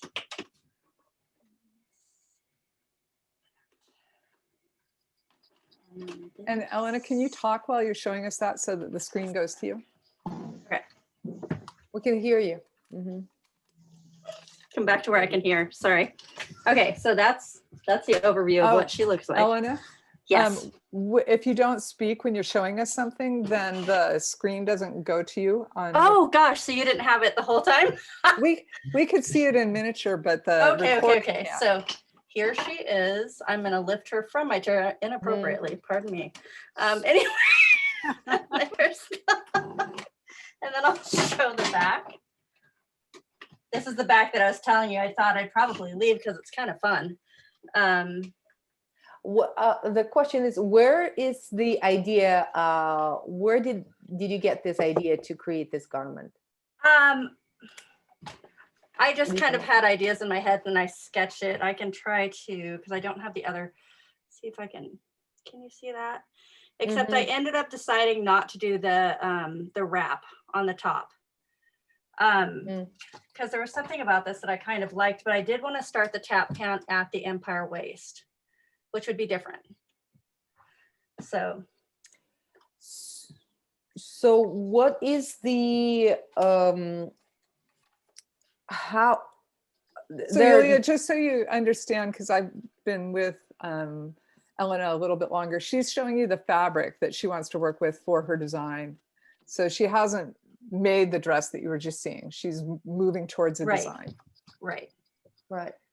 So what are the challenges, or what are, Elena, what are the challenges or that I'm running into? Well, because the dress is fitted and I want to do a tap pant that would go out, you know, and with that flare, feeling. It's long enough to do that, but then I have basically, if I cut the length in half, you know, it would still be enough to do that, to bring those pieces into it. But I'm trying to figure out how I would incorporate that band of see-through, because it wouldn't do the whole thing. You know, it would be like half and half. Does that make sense? So your challenges are with the design, right? With the design. Now, the question is it for you to wear? Is it what this garment is for?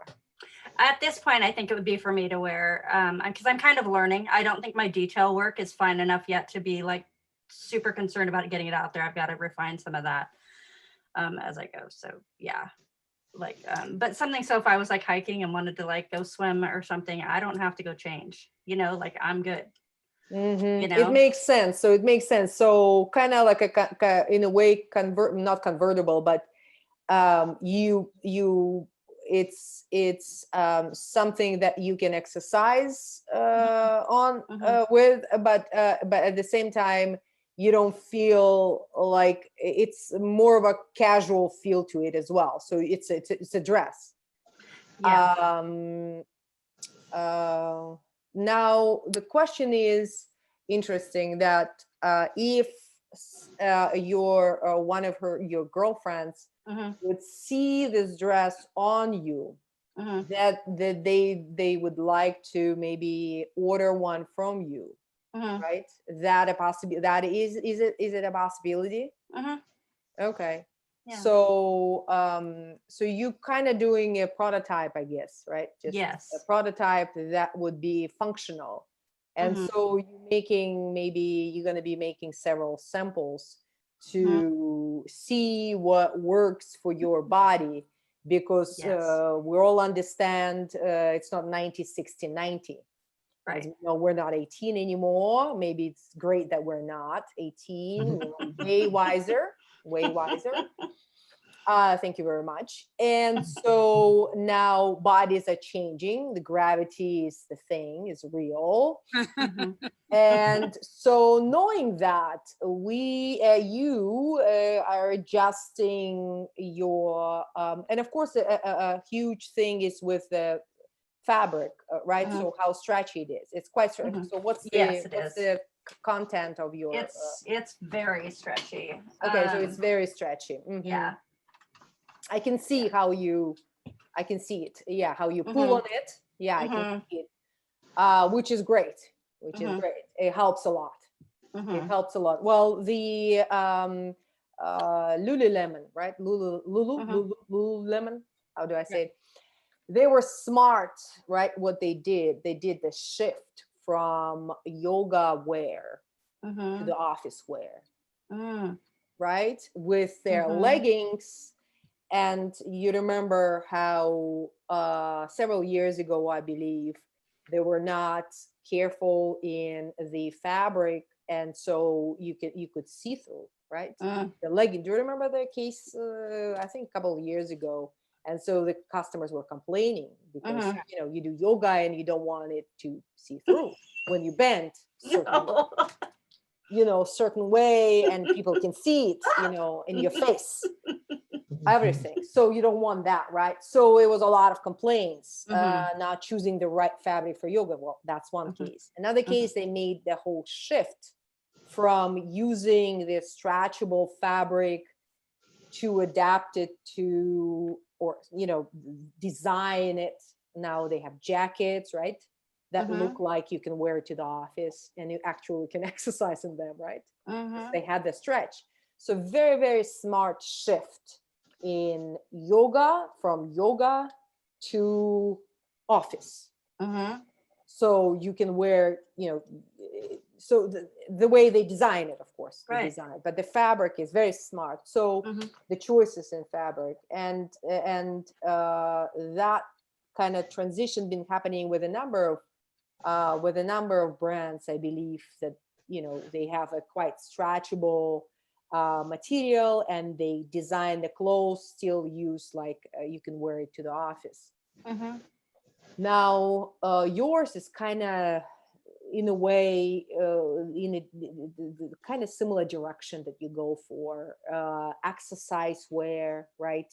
Going to, you know, hiking, but at the same time, then when you're done with hiking, you can go have coffee or lunch or brunch, or right. So you don't look like you came out of the gym, right?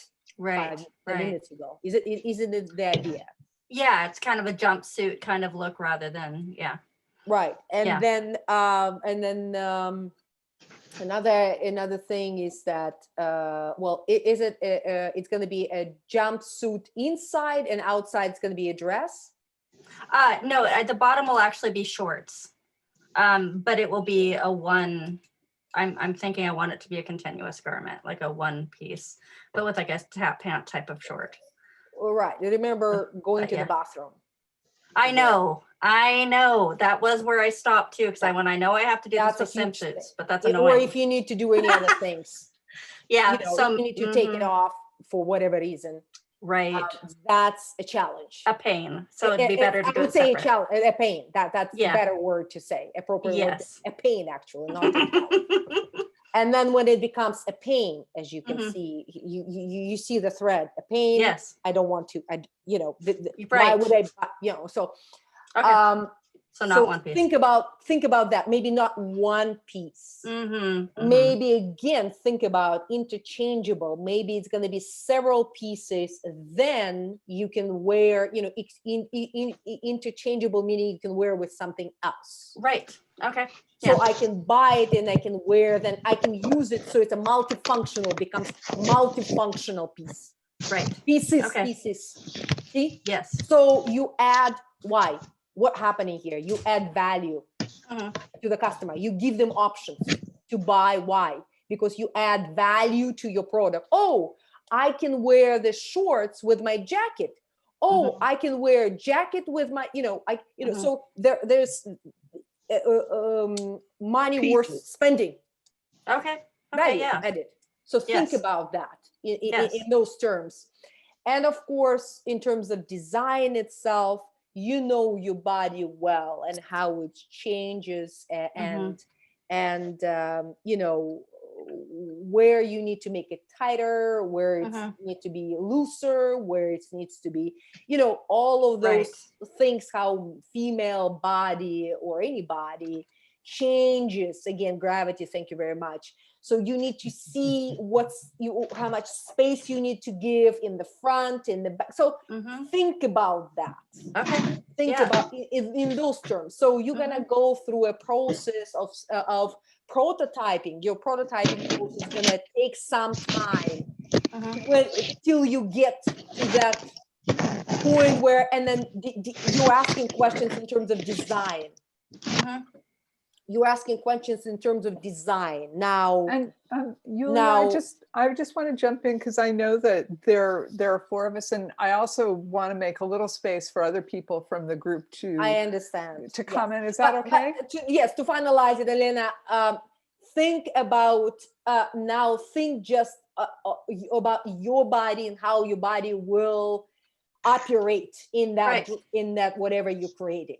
That would be the main concern for me in terms of design, and you can get help in terms of design from other designers. Right.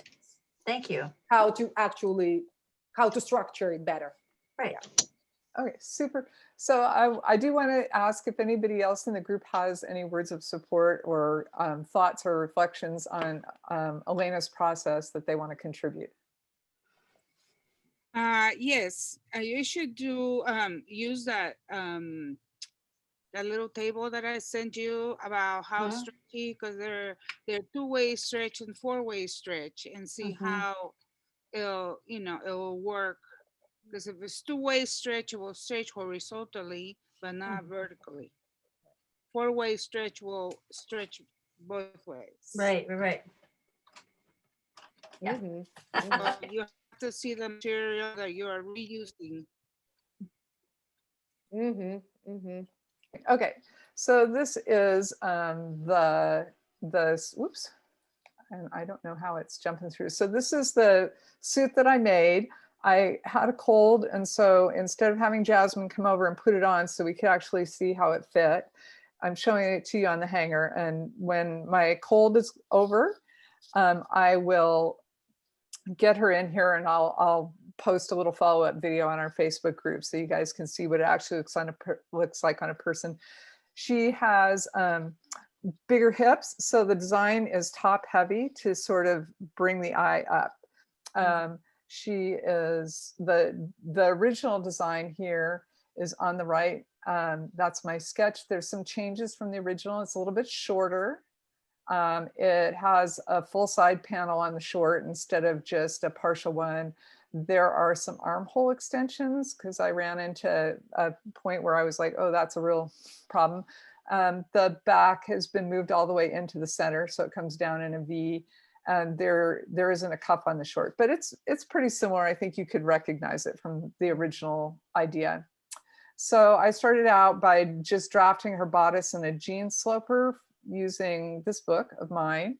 Her measurements are 37, 28, 41. So that's where I'm saying the hips are a little bit wider. And these are my source garments. So I had a polyester spandex sweatshirt.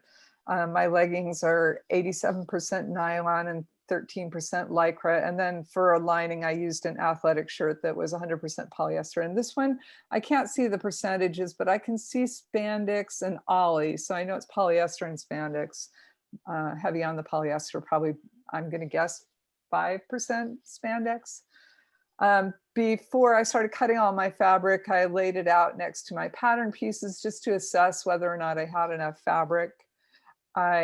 This is me stenciling the design elements. There's the bird on the butt, and the stencil work I had been doing on the sweatshirt wasn't finished, so I just finished that out. This is me testing the finish on the seams. So I got quite a bit of puckering, and then I tried a different technique where I didn't stretch it at all. So I was trying to stretch it to fit the area. And when I didn't stretch it at all, I got this, it kind of sticks up. I have a 3/8 inch wide elastic, and it kind of sticks up. I pressed it down, trying to melt it into place, and it got a little bit better. This is my oops. So I was drafting the inside lining for the top, and I measured out to the boob, and I saw how close my boob was, like, I don't know, 1.5 inches from the side of the armhole. And I just thought, oh my gosh, that's a lot of side boob showing. So when I was copying over my patterns, I hadn't really copied over my bust point. When I drew this armhole, I drew it too small. So I think the best lessons we can share are mistakes that we made, that, you know, keep your bust points on your transfers, because otherwise you'll have to go back in and build a whole extra little part. So I extended this by using the cuffs from the sweatshirt. Put one of them in upside down, so the narrow point was up here, and spent an hour and a half taking it out and sewing it back together. So that's another, make sure you get things right side up. So this is just some of the details on the finish. The elastic twisted a little bit here. I'm really happy that my seams lined up. I never get them that well. I was really happy my V lined up nicely. There's a little bit of puckering here. My thread broke, and so I had to overlap, and it just didn't come out quite smooth there. But overall, I thought it was pretty good. This is the inside of the garment. I have questions. I don't know if you need to make the elastic in the liner part for the boobs, if that needed to be a little bit shorter. I made it like 1/2 inch smaller than the outside one, and it feels like maybe it should be tighter. I don't know if I should actually put cups into it. My model is just a B cup, so I don't know that she needs that much support. It's a fairly thick stretch fabric. So even though it's an athletic fabric, it's not a thin one because it was a sweatshirt. So that's kind of a question, like, for you guys when you give me feedback. Another thing I kind of need help figuring out is I have a serger. I just have black thread. When I serged these seams, you could really see the black thread coming through on the other side. So I ended up using a knit stitch underneath it, which held it together tighter. So is that normal? I'm still learning my serger, and the other serger. It is? Yeah, usually when you go and when you go to the store or you have something that is already serged and like that, you go see and you'll see that it's serged and then the bottom has stitches. And usually the stitches are the ones that, remember I was telling you the other day that we made, that is like a chain in one side and the other one is stitches. That's what they usually put on the stretchy fabrics. So are you saying the technique that I did where I serged it and then did a separate stitch? That's common. Yes, that's how it is. And you'll see anything stretchy that you have at home or in your closet, go check it out. And you'll see that it's serge and a stitch. Okay, well, that's great to know. So that was my solution, and I'm very much reassured. I thought I was doing something wrong.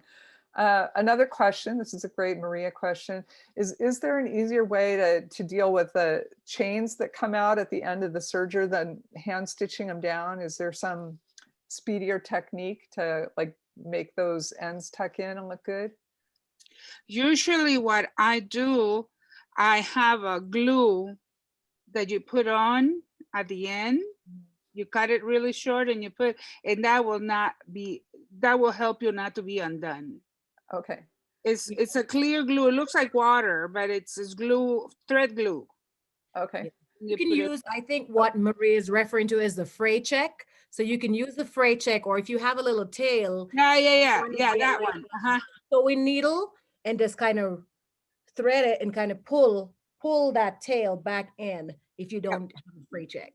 Okay. Yes. This is something sloppy that a lot of sewers do. I've seen in fast production. You just can re-sew it over and like sew it right next to it, almost kind of like just go right over it and tuck it back in. Okay, that's all great ideas. Thanks. Okay, some more questions for you now. This is on the inside finishes.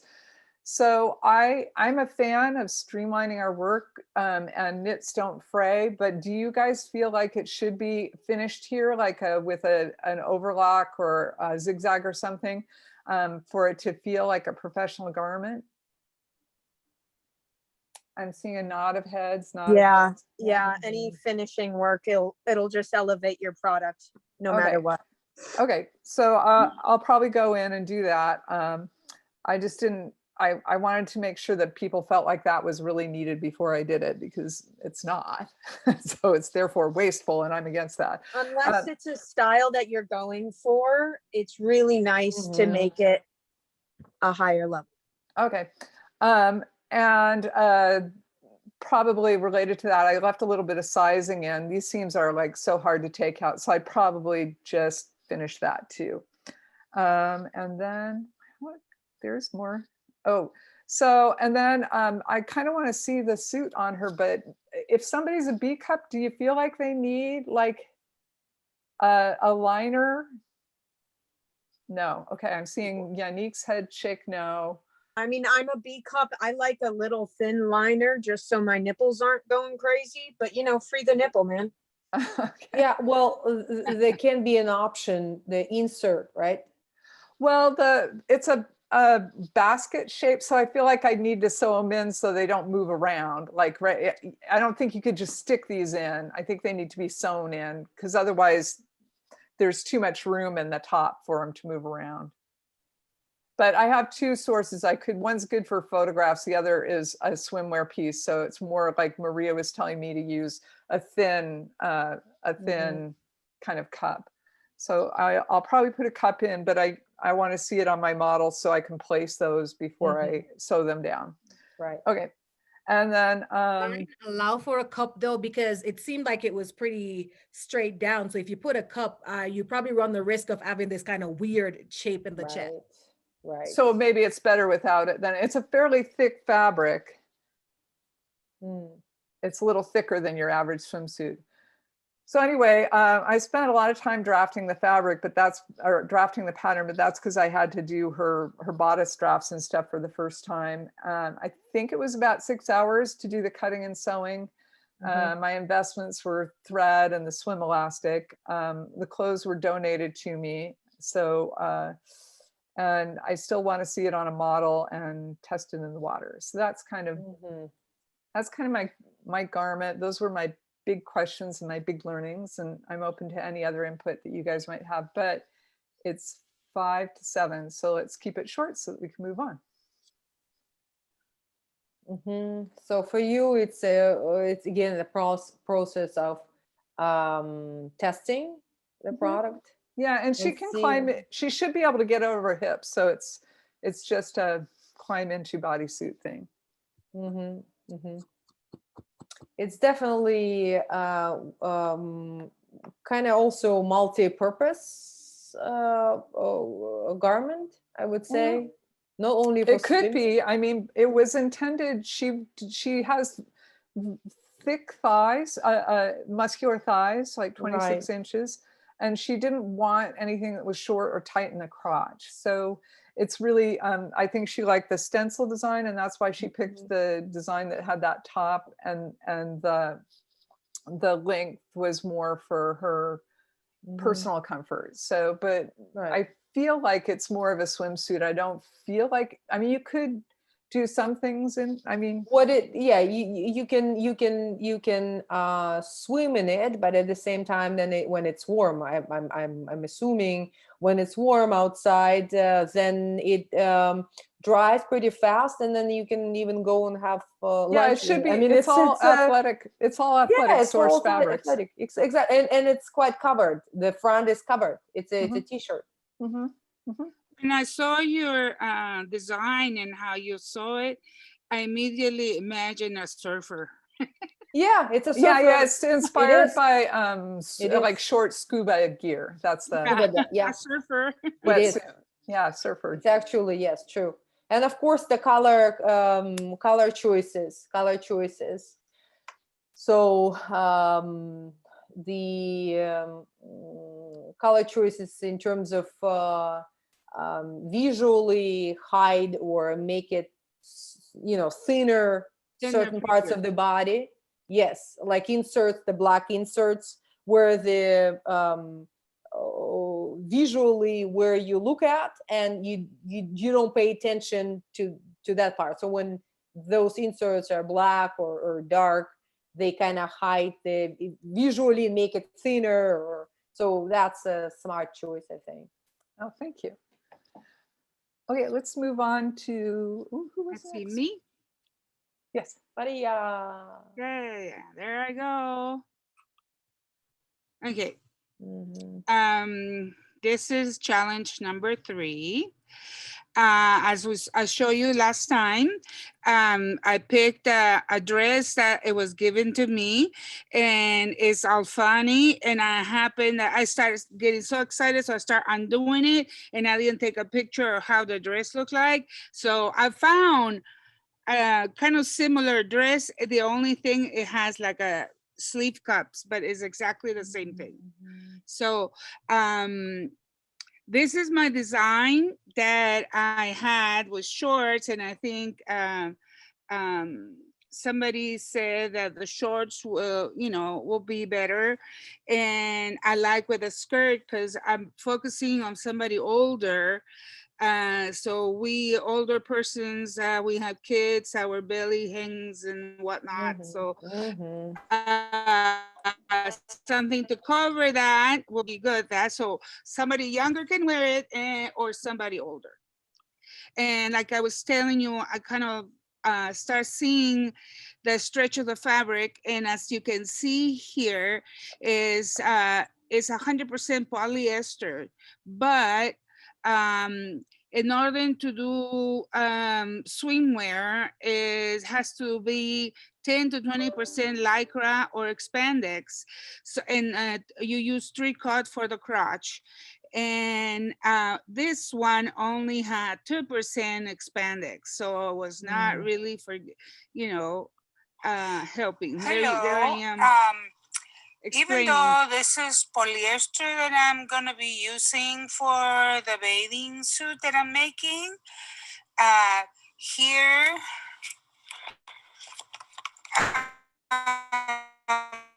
it's stretchy. Let's see, how can I do this? I'm going to put a white paper.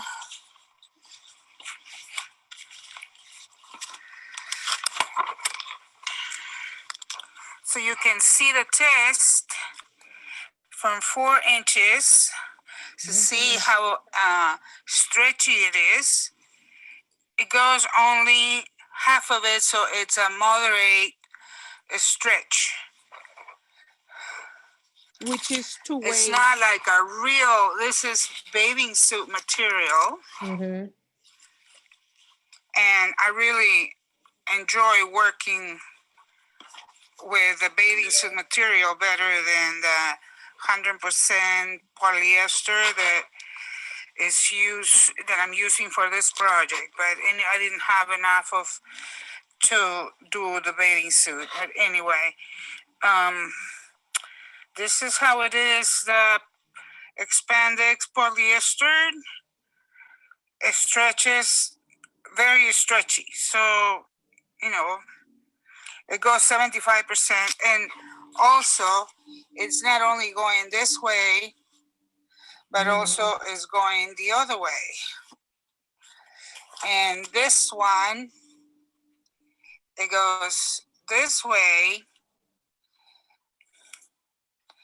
and very little on this way. So, but still I done the project. So I started undoing, taking the zipper and stuff, and I did my patterns, but I was trying to put the patterns in a way that I could match the lines of the dress that it has, because if I start undoing the whole thing, I was not gonna be able to do anything. So I kind of work with the shape that I had on. And I made mistakes, you know. I had to battle with the lining that the dress had. I put my pattern in a way, I cut it, and it turns out that the shoulder was on the other side. But anyway, I kind of fixed it, and I put like, you saw the layer, sorry, it's not this one. There we go. This has like 3 layers, has the red one with lace, and it has 2 layers of lining. And as you can see, I saw the cup, which is kind of like this. It's kind of spongy, what I was telling you, Staci. Yeah, and I put it in between, so it's like the lace, the lining, and another lining, and I sandwich the cup, so you won't see it, but you will feel it, you know. So yeah, and I use my lock machine that has all those little ways to sew. And here's my finished product, and it has an underwear. It has a whole bathing suit under. Here's my finished good.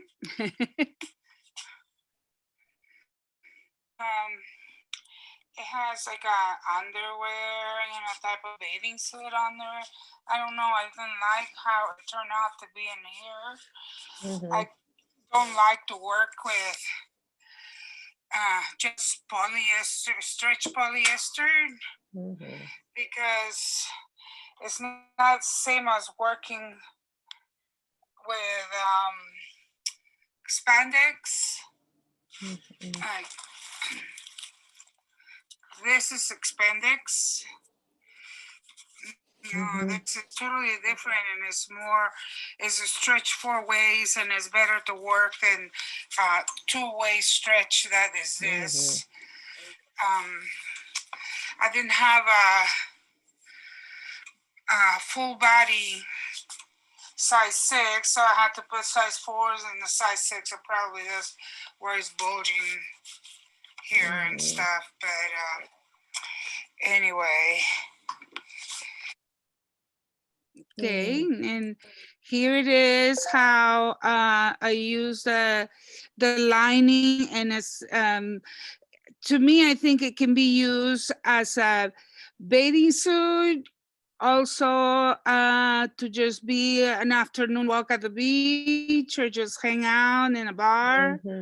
And you know, you see it, the front, the sides, the back. And let's see.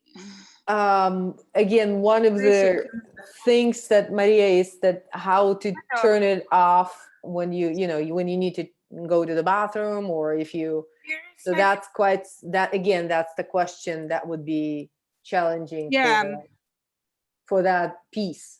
I should have cut it in two, but yeah. And then I had a little bit of leftover, so I did a little skirt to put on top with a chain over. That's great. Okay. So what's the purpose of the, Staci, what's the purpose of the challenge? It's so that swimming suit. It's so that we're sort of all doing, I think we just want a way to focus our attention onto one thing at a time. And so that we can be sharing, like the information that Maria's sharing about stretch fabrics is relevant to all of us if we're doing that. So it's a way that we can more easily share information. But we're still figuring it out. This is our third challenge. I see. So the learning, the process of construction and the fabric use. Different designers are exploring different ideas for development and inclusion in their lines. Some of us are exploring ideas just to learn. Some of us are, we're all at different points. So it's up to the individual designer, their goal in making the piece. And especially me, I'm trying to use reuse things that are out there, and I'll be putting it on Etsy.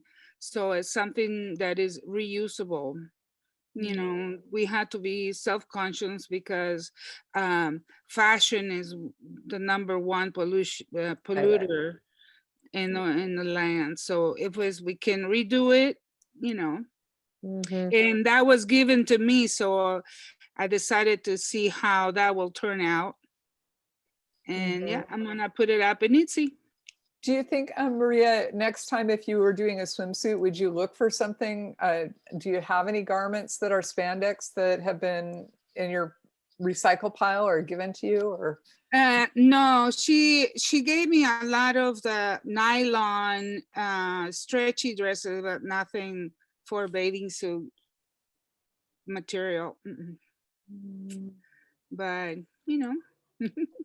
It was a challenge. Other input from the designers in the group and our guests? Oh, Maria, I just wanted to say, if you wanted to set up a meeting with me separately, I put my calendar link in there. I'd love to talk about you getting on Etsy and how that process is going to work for you, and if you have steps in place for that. So I'm all about monetizing what the sustainability world should be. Okay. Okay, thank you. For Yanique and Denise, I don't think you guys have met Ashley, but she runs a nonprofit. Ashley, why don't you just introduce yourself to the new folks real quick? Yeah, sure, new folks. I'm Ashley Morgan. I am the founder and president of Recycle to Riches. We are a 501c3 here in Los Angeles, and we are changing the culture of consumption. So exactly what Maria said, everything can be something. Reducing the waste. We actually grew bigger than just fashion because of the fact that every area of production is screwed up and we need help in every area. So changing the culture of consumption is our focus. We do it through communication, collaboration like this, and community education. That's fantastic. Fabulous. So she's a wonderful person to network with. Fantastic. Cool. Great to meet you. Wonderful. Couple of things, Maria. If you were to create another garment, not just one garment, is it would you like to create another garment like that, or you know? Yeah, and I will do it.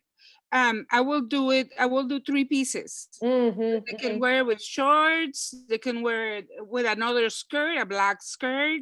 Right. You know, or maybe not like maybe not as one piece. Maybe it's going to be 2 pieces, right? The top and the bottom, 3 pieces actually. The top, the bottom, and the skirt. So 3 pieces in one. Usually, you when you go to the store, you're trying to buy something that you know you can wear different ways. Right. Exactly. That's what I'm saying. Yes. Yeah. You can style it in different ways. yeah, I've been having several clients that they are mother of the brides, and they don't want a regular dress. Right. They want a skirt and a blouse. Right. And so actually, a bride can wear it. You know. As you know, you can then, when you have a bridal dress, maybe you can wear it then not as a bridal dress, as a regular dress, and then you have a chance to style it. I will share with you what I done on my first project that I did with this. The question is that when you do second piece, third piece, you know, for the swimming suit, you know, when you do second piece, third piece, fourth piece, and so on, the production time-wise, how much efforts you put, efforts meaning money. So at the end of the day, what matters is your productivity. So the less time you put in the production of a piece, then, you know, because when you spend your time is money. You need, right? So you need to understand that. So, and you know that. So your efforts, your time equals money. So to figure out the whole production of a piece, of everything, and plus your time, all of it, it needs to be, it needs to decrease every time when you create a piece. So you need to get to the point where it matters in terms of, you know, doing that. And also what I noticed is the very first piece or the sample that you make takes longer time because you have to correct your pattern. Of course. It's very expensive. It becomes really faster. That's what it is. So that's the whole purpose of it. I mean, unless you have piles of money, you know, raining on your head, that's great, fantastic. You can continue doing it and spending, you know, 40 hours just, you know, sewing one stitch. That's great, good for you. But if it's not the case, then you need to be very careful how much time, your time, you spend on making the piece, because then at the end it becomes golden, you know, it becomes like a diamond. Okay, and I'm just going to transition us on to Yanique, and I'm hoping that we'll have a little bit of patience at the end to have Denise sort of introduce herself in more depth to the group, talk a little bit about, you know, who she is as a designer. I'm sure, Denise, you're getting a sense of us from listening to everybody's review, but Yanique, I'm dying to see what you made. Okay, so I don't have a sketch and I didn't make a video because I wasn't sure if I'd be showing because I'd missed Sunday's meeting. So I went through my stuff and I found a piece of stretch knit, just leftover fabric that I had sitting around that I had no other purpose for. So I figured upcycle. So this is I'm gonna pull her closer.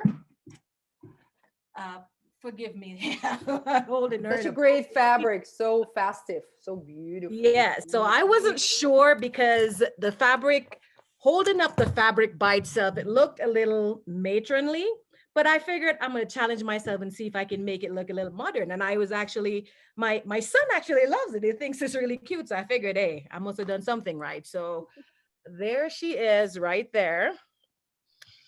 And the front and the back. So the back, as my son says, attached. So yeah, so that is the back. Wow. So I wanted the back to, you know, because most women don't mind having that shape in the back with exposing a little bum, if you will. They call it Brazilian, right? Brazilian back, Brazilian back. But I want still showing Brazilian. There you go. But I wanted the front to have a little bit more coverage because I know for me, I don't like having my stuff hanging out. So pretty. That's interesting. So pretty. Nice. It can be also several variations, Unique, right? So it can be two pieces. You know, as you were talking, I thought to myself, I didn't even think about functionality. I figure, I mean, one shoulder, she'd probably be able to slip it off real quick. But then I thought I was thinking in my mind, ways that I could probably use it. And I was thinking these snaps, suspender snap kind of deal where, you know, almost like a lingerie-esque feel, if you will, for where she could just snap it off and it becomes two-piece. So that was something I was playing around with in my head. Well, I mean, not everything needs to be two pieces. There's some real convenience to one piece where you're not having to find the other matching piece. So it's just to give an option to have this one piece and then also to have two pieces and then three pieces like what Maria did with a cover up. If you will, yes. With a cover up, like lambada little, little choo little skirt. Mm-hmm. Yeah. Mm-hmm. And then for you know, the younger women or you know, people, individuals, that they have shorter skirt, and for, you know, if you want to cover more, then you have above the knee kind of skirt. Yeah, I was actually thinking, I had a piece of fabric, I just never followed through with it. I was thinking of doing like a pleated kind of PE skirt. I don't know. I don't think they don't use those netball. I'm trying to think of an American equivalent, netball skirt, like just a little pleated skirt going around it. Yeah.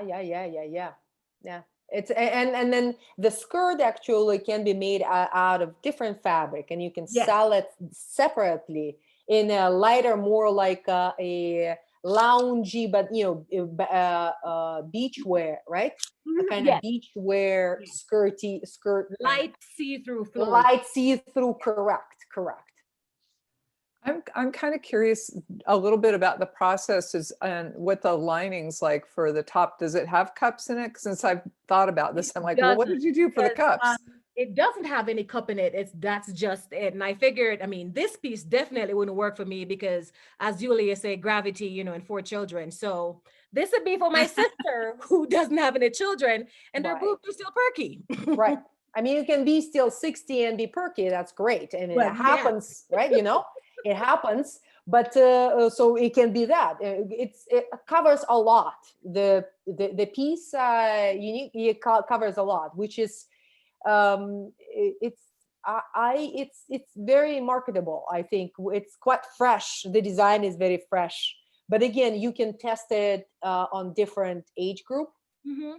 And see what works. You know, you can create again this one piece. It can be 2 pieces, 3 pieces. Just test it and see what works. Yulia, do you have questions or advice for us on how to test with different groups? Like, how do you round up?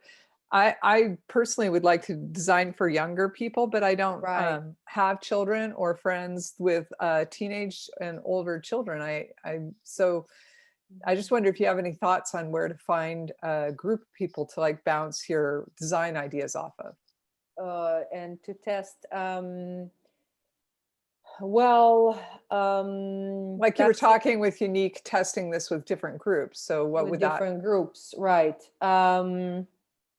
Well, the thing is that this piece, this fabric, actually, it's the pattern, the colors and the pattern is quite busy, so it doesn't really, you don't really see how you don't see nipples. I think it's hard to see even nipples, you know, in that. So in a way does it it's quite interesting pattern. It's can be very favorable for many shapes and forms. That's what I'm saying. It's quite festive and it's busy, but it plays really well with you know, smaller breasts, bigger breasts. That's smart, I think, for that particular fabric. And the bottom, if you have, you know, belly, or if you don't really see it in that fabric, busy fabric. So I think it's very interesting fabric to use, quite favorable. The question is, Staci, how you test it? You mean how. Oh, well, you said test it with different groups. I thought you meant like market test it, but you actually mean physically, like put it on people. Physically, yes. Okay.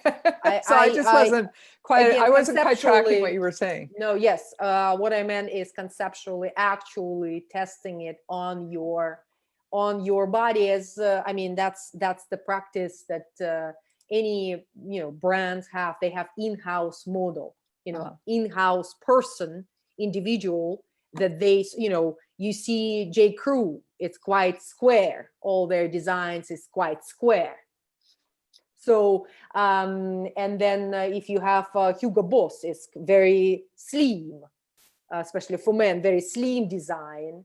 And of course, in the fashion, in a higher end, it's, Yuji Yamamoto, I cannot wear anything of that. Or Comme les Garçons, I cannot wear anything because I'm very tall. My hands, it's very Asian oriented body type. So this is it. I don't have that body by birth. And so, it's a different world for high-end designers. Cool. Cool. I just want to ask if any of the other designers have input for Yanique on her swimsuit, things that haven't been said. I just think it's a design I would have never thought of. That's super fun. I really was surprised when you turned it around and showed the back. Like, that's just neat. Thank you. Yeah, I personally love it. I love your sensibility, and the way that you work with all kinds of bright prints has been so fun. So yeah, absolutely gorgeous. And that's like perfect sample. Oh my gosh, can't say anything about it. Honestly, I think it's for a smaller person, it's not that big of a deal that it doesn't have a lining in it, like I said before. But maybe you want to put just a little extra fabric there, like on the inside, make it a little thicker, just in case the nips show. I don't like men looking at my nips. Okay. And again, you can test that, Yanique. You can test it on yourself or have somebody to test it and see how comfortable. I mean, literally asking questions, physically trying, and you can ask those questions. So go through. It's going to be way faster, to adjust and go and adjust on the real person.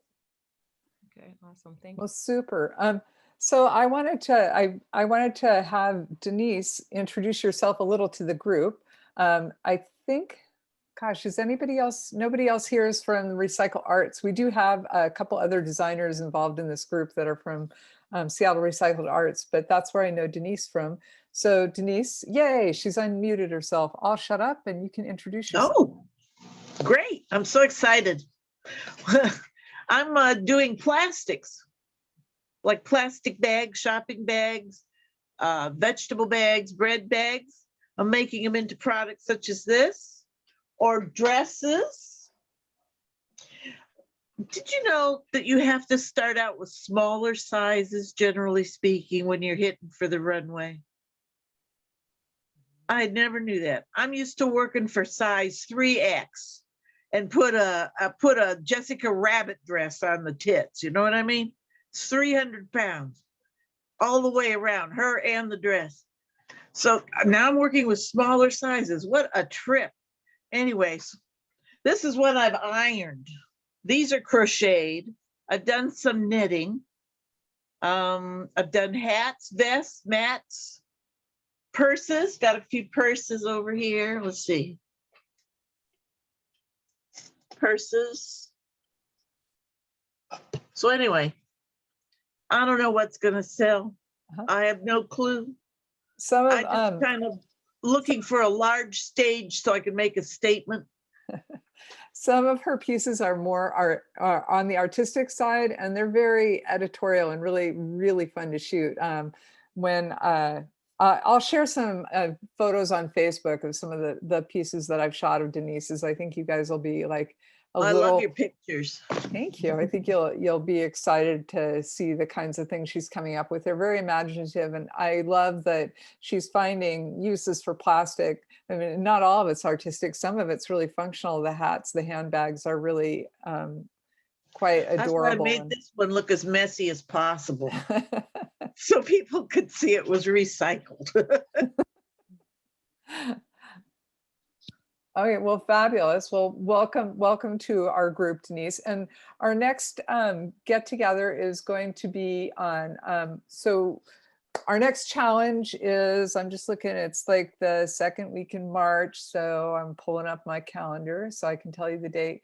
Our next challenge meeting is going to be on the 7th of March, it looks like, and that's at 11 on Sunday.